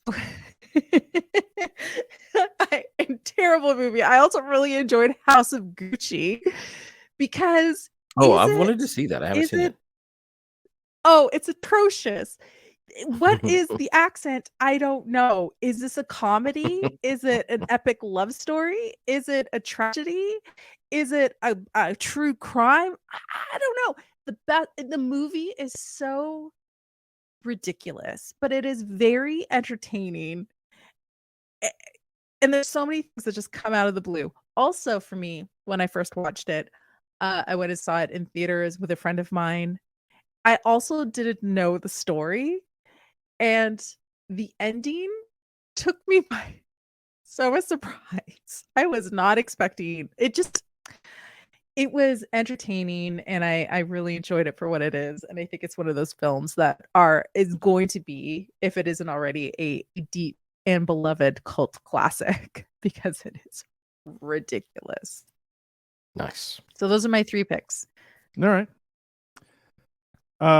My 3 are The Imitation Game. Benedict Cumberbatch. That's such a good movie. I'm It is kind of upset I didn't think about that one. Oh, it's a great movie, and Yeah. it's And I love the again- music too. Oh yeah, no, yeah, it's great. Great It's really score. good. My number 2, Hacksaw Ridge, about Desmond Doss. And my number 1, this is just one of those movies that if it's on TV, I stop and watch it all the way through. It doesn't matter where I am. I don't know why I'm in such love with this movie, but I am. It's The Social Network. Mm-hmm. I mean, it's the Aaron Oh. Sorkin joint, so I'm gonna, whatever, just fall in love with it. But that's it. Andrew. Well, I have a very little known film called Copying Beethoven as my number 3 with Ed Harris. And the lady that was in National Treasure. Mm-hmm. She is his copyist. So Copying Beethoven. Ray is my number 2, about Ray Charles. Yeah. And number 1, I have The King's Speech. Oh yeah, absolutely. Oh, you know what? I was thinking about that last night. Mm-hmm. Nice. And I was like, wow, you did some dirty stuff, man. Yeah. But the royal family. But, Yeah. it was such an enduring film. So enduring. Braveheart. Oh my goodness. Now I'm going through a list of Lawrence of Arabia. What kind of Arab am I? And I'm not saying Lawrence of Arabia. That was a great film. I thought about Talk about Braveheart. long movies. Yeah, I thought about Braveheart, but it's also so historically inaccurate that I couldn't in good conscience. Really pick it. call it a biopic. Yeah, because it's Yeah. just Mel Gibson just doing awesome things on screen. I mean, it's a great film, but Spartacus. I've Really, actually never when you seen. get into it, you realize there's a lot of films that are just Oh, biopics. there really The are. Greatest Showman. It's the classic whodunit. Yeah, those are a lot of good. The only person on Twitter to participate, but that's also because Twitter was kind of broken today, which was annoying. Thanks, Elon. Was Drew, our good friend Drew from Across the Stars podcast, says this is Spinal Tap. Walk Hard. Is that a biopic? I don't think it is. Which It's a mockumentary. it's a mockumentary. Yeah. And then Don't ruin it for him. that's fine. I mean, he's gonna listen to this and be ruined, but that's fine. Walk Hard, the Dewey Cox movie, Dewey whatever Cox. it's called, which again, it's not a real person. So Maybe that's the joke. You only look the documentaries. well, but the last one again is a mockumentary, and that's weird. The Al Yankovic story. So, I mean, it's a biopic about Weird Al, but it's farce, which is. I'm not mad at any of those choices, to be honest. I'm not either. I mean, I think Drew might be trolling us a little bit. I don't know. I think he is. Good on For good sure. on you, Drew. Oh my goodness! Now I'm thinking of like the Tanya Harding biopic. Tanya. Hi, Tanya. Yeah. Oh, so good. Yeah. That was there. Or The Eyes of Tammy Faye. Actually, was really into The Eyes. Look, I'm gonna go on. I'm just gonna start naming random plot lines for films that I don't remember the titles of. That's fine. And just continue to enforce the idea that most films are based on true stories of people's lives. So I guess there are a lot of biopics. There are. I mean, there was one that I saw in the theater with my wife. Was that one called Unbroken, which is Angelina Jolie directed. It's about this guy who was a World War II, man. Yeah. And it was a really fantastic film, and it was hard. It was also hard to watch because he got tortured pretty good. The scene where when he in this movie where he's being tortured and they're gonna stick the hot things in between his fingernails, like that. My wife like dove her face into my chest. She's like, "Oh, I can't watch this part." So, because she did watch this with me, part of it. She fell asleep well into it, but it was late. All right, time for this. Wait, what's supposed to happen? As Marie continues to look for other biopics, this is where we're going to give the movie a score. We have to give it a score. Just to give it a little bit of reference, little context there. IMDb, which has about 43,000 votes on it, has this movie as an 8.4. Yeah. So I there's a little context there. And we start with Andrew. I like the film. I mean, as far as I think it's well done. I think it's an important film. And I do believe that it should have been a little more of a contender for some nicer awards, let's say an Oscar, for example. But it's not something I want to rewatch, so I don't think the rewatchability is quite there. But that doesn't mean that Schindler's List is not a great film either. It's fantastic. It is iconic, and I believe this one is too.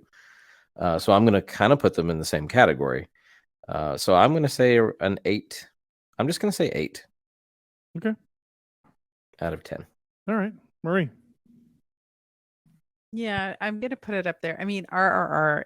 Look, I gave that a 10, and I just want to preface this that I enjoyed that film, but this is like a different category of film entirely. So sure, I am going to give Sadar Udham a very heartfelt 10, because as far as epic biopics go, it really has left a lasting impression on me. And it really, as I said, it's been a privilege to be able to watch it and to really get to know that story and to be able to see the other side of the story that we never get to see, and to be sympathetic to an entire period of history that I never really had to, learn. So I really enjoyed the journey, and I really enjoyed the storytelling, and I really enjoyed the film. So I can recommend this with I can recommend this confidently to anybody who wants to see the space and check out this film. Yeah. I don't disagree with either one of you. This is a fantastic film. It is a well-made film. It's. I don't even think I remember looking to see what the budget was for this movie, but it would have to be a pretty decent budget. Maybe because it's streaming, it's not going to have that information. It doesn't look like it does.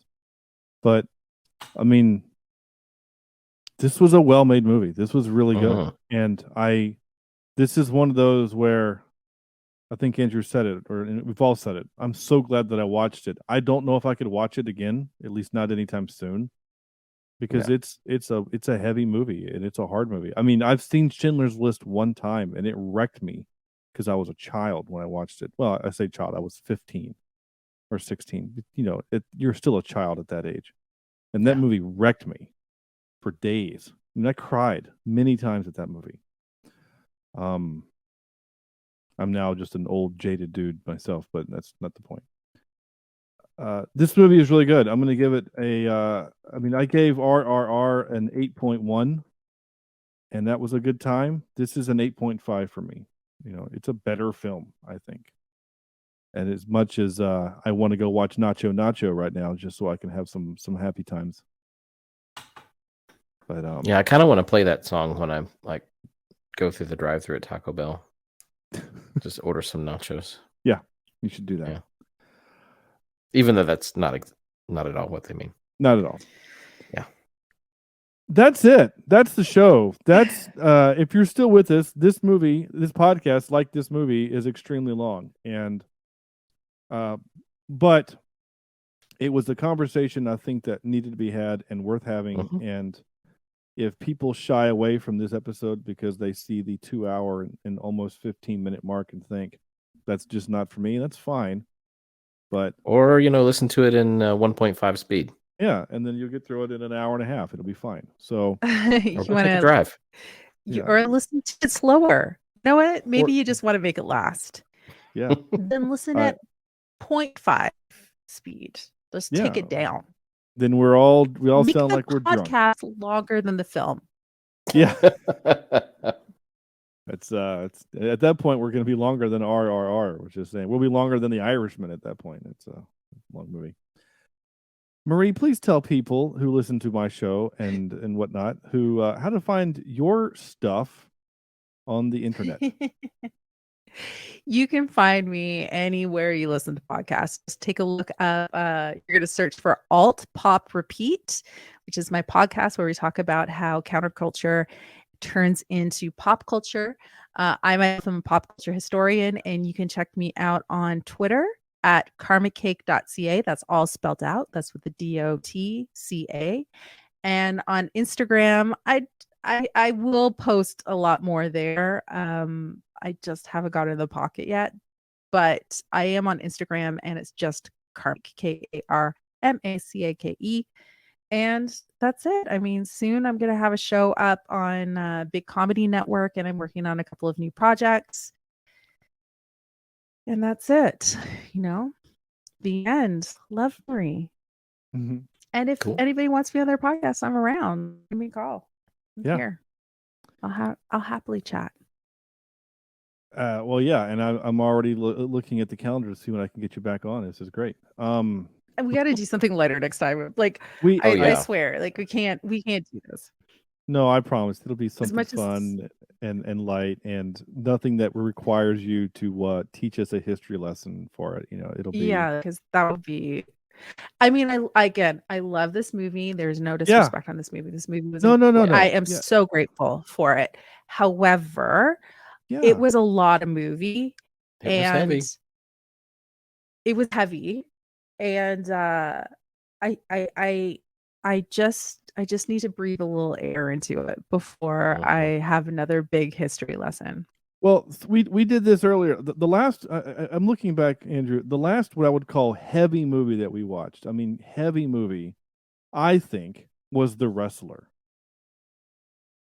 Well, I didn't think The Wrestler was that heavy. I mean, it was heavy, but it wasn't. It was heavy. It's about one man's, descent into, utter self-destruction. Yeah, as opposed to, it's a different kind of heavy.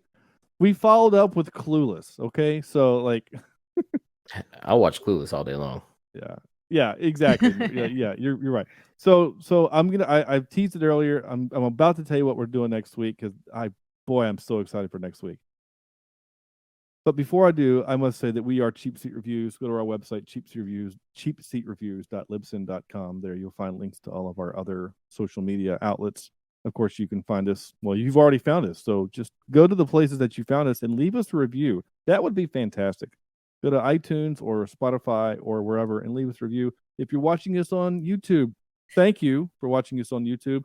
And I love your comments and your likes, and subscribe to the show. That'd be fantastic. Trying to get to that 100 subscriber mark. That would be 1,000. really lovely. So let's do that. All right, here's the tease. Here you go. Next week, not only are we doing a very fun movie, but we have a very fun thing. Now, I've already posted on Twitter, so if this is news to you, that just means you're not following us on Twitter. Next week, we are going to be giving away a Bruce Campbell signed movie poster of Bubba Hotep. Next week we are watching Bubba Hotep. So I'm very excited for it. I've never seen it, but I love Bruce Campbell and all of the things that he does, and I can't wait to watch him play old Elvis as they fight aliens or whatever they have to fight. I'm very excited for this. So next week, well, all you have to do to win this is all you got to do. It's just simple. In order to be entered into a contest to win a Bruce Campbell autographed poster, is send us a picture to cheapseatreviews@gmail.com or on our Twitter or Facebook or whatever. Sean, you Instagram. can't solicit feet pics. In your very best Bruce Campbell or Elvis cosplay. That's all you got to do. Okay. Show That's us not bad. Show us your cosplay. The top 4 are going to be put on. They're going to be put online, and the public will vote for the winner. And that person will get a poster, an autographed poster. Sean, it's very brave for you to ask for pictures, because you know what happened to our friend on Dick Tales podcast. Yeah, she's an attractive woman, and when she gets that kind of stuff all the time. I'm not, therefore I'm not that worried about it. So, okay. Yeah. I'm like, if anybody sends me illicit photos, I consent for me to share it, and it will get posted, and we will there you laugh. go. Pretty sure there's like a blog a friend of mine has dedicated to that. So I mean, like, enter at your own risk is all I'm saying. Yeah, I'm sure saying. you probably do get those, being a woman on Twitter. I don't get as many as you think I would. Well, that's good. I mean, Carrie gets them because her get podcast is called Dick Tales, and I think dudes think that gives them more license to do it. So that's just the name of her podcast. That doesn't mean that she wants to see your junk. Guys, stop. Nobody does. Like it's nobody does. It's gross. It's nobody wants to see it. No one. It's not attractive, guys. I'm just going to be honest. It's really I don't care what you think. It's not attractive.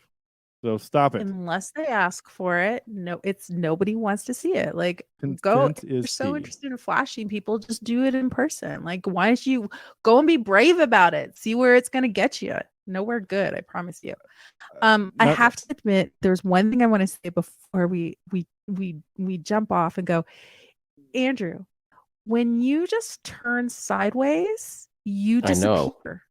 Isn't that great? Look at this. I just, there's a whole body is just. Okay, do it. Please do it. Every time you did it, it was this moment of delight. My heart was like, okay. And we're talking about such heavy things, and I'm like, I can't. Yeah. I can't. I cannot.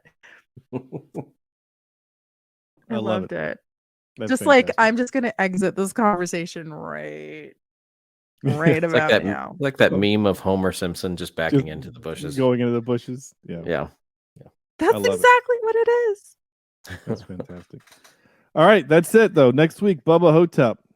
Very excited for that. So Here we are, 2 hours and 20 minutes into it. Thank you all so much for listening. So on behalf of Marie, Andrew, and a sick Sam, this is Sean saying thank you all so much for listening, and we'll see you next week for Bubba Hotel.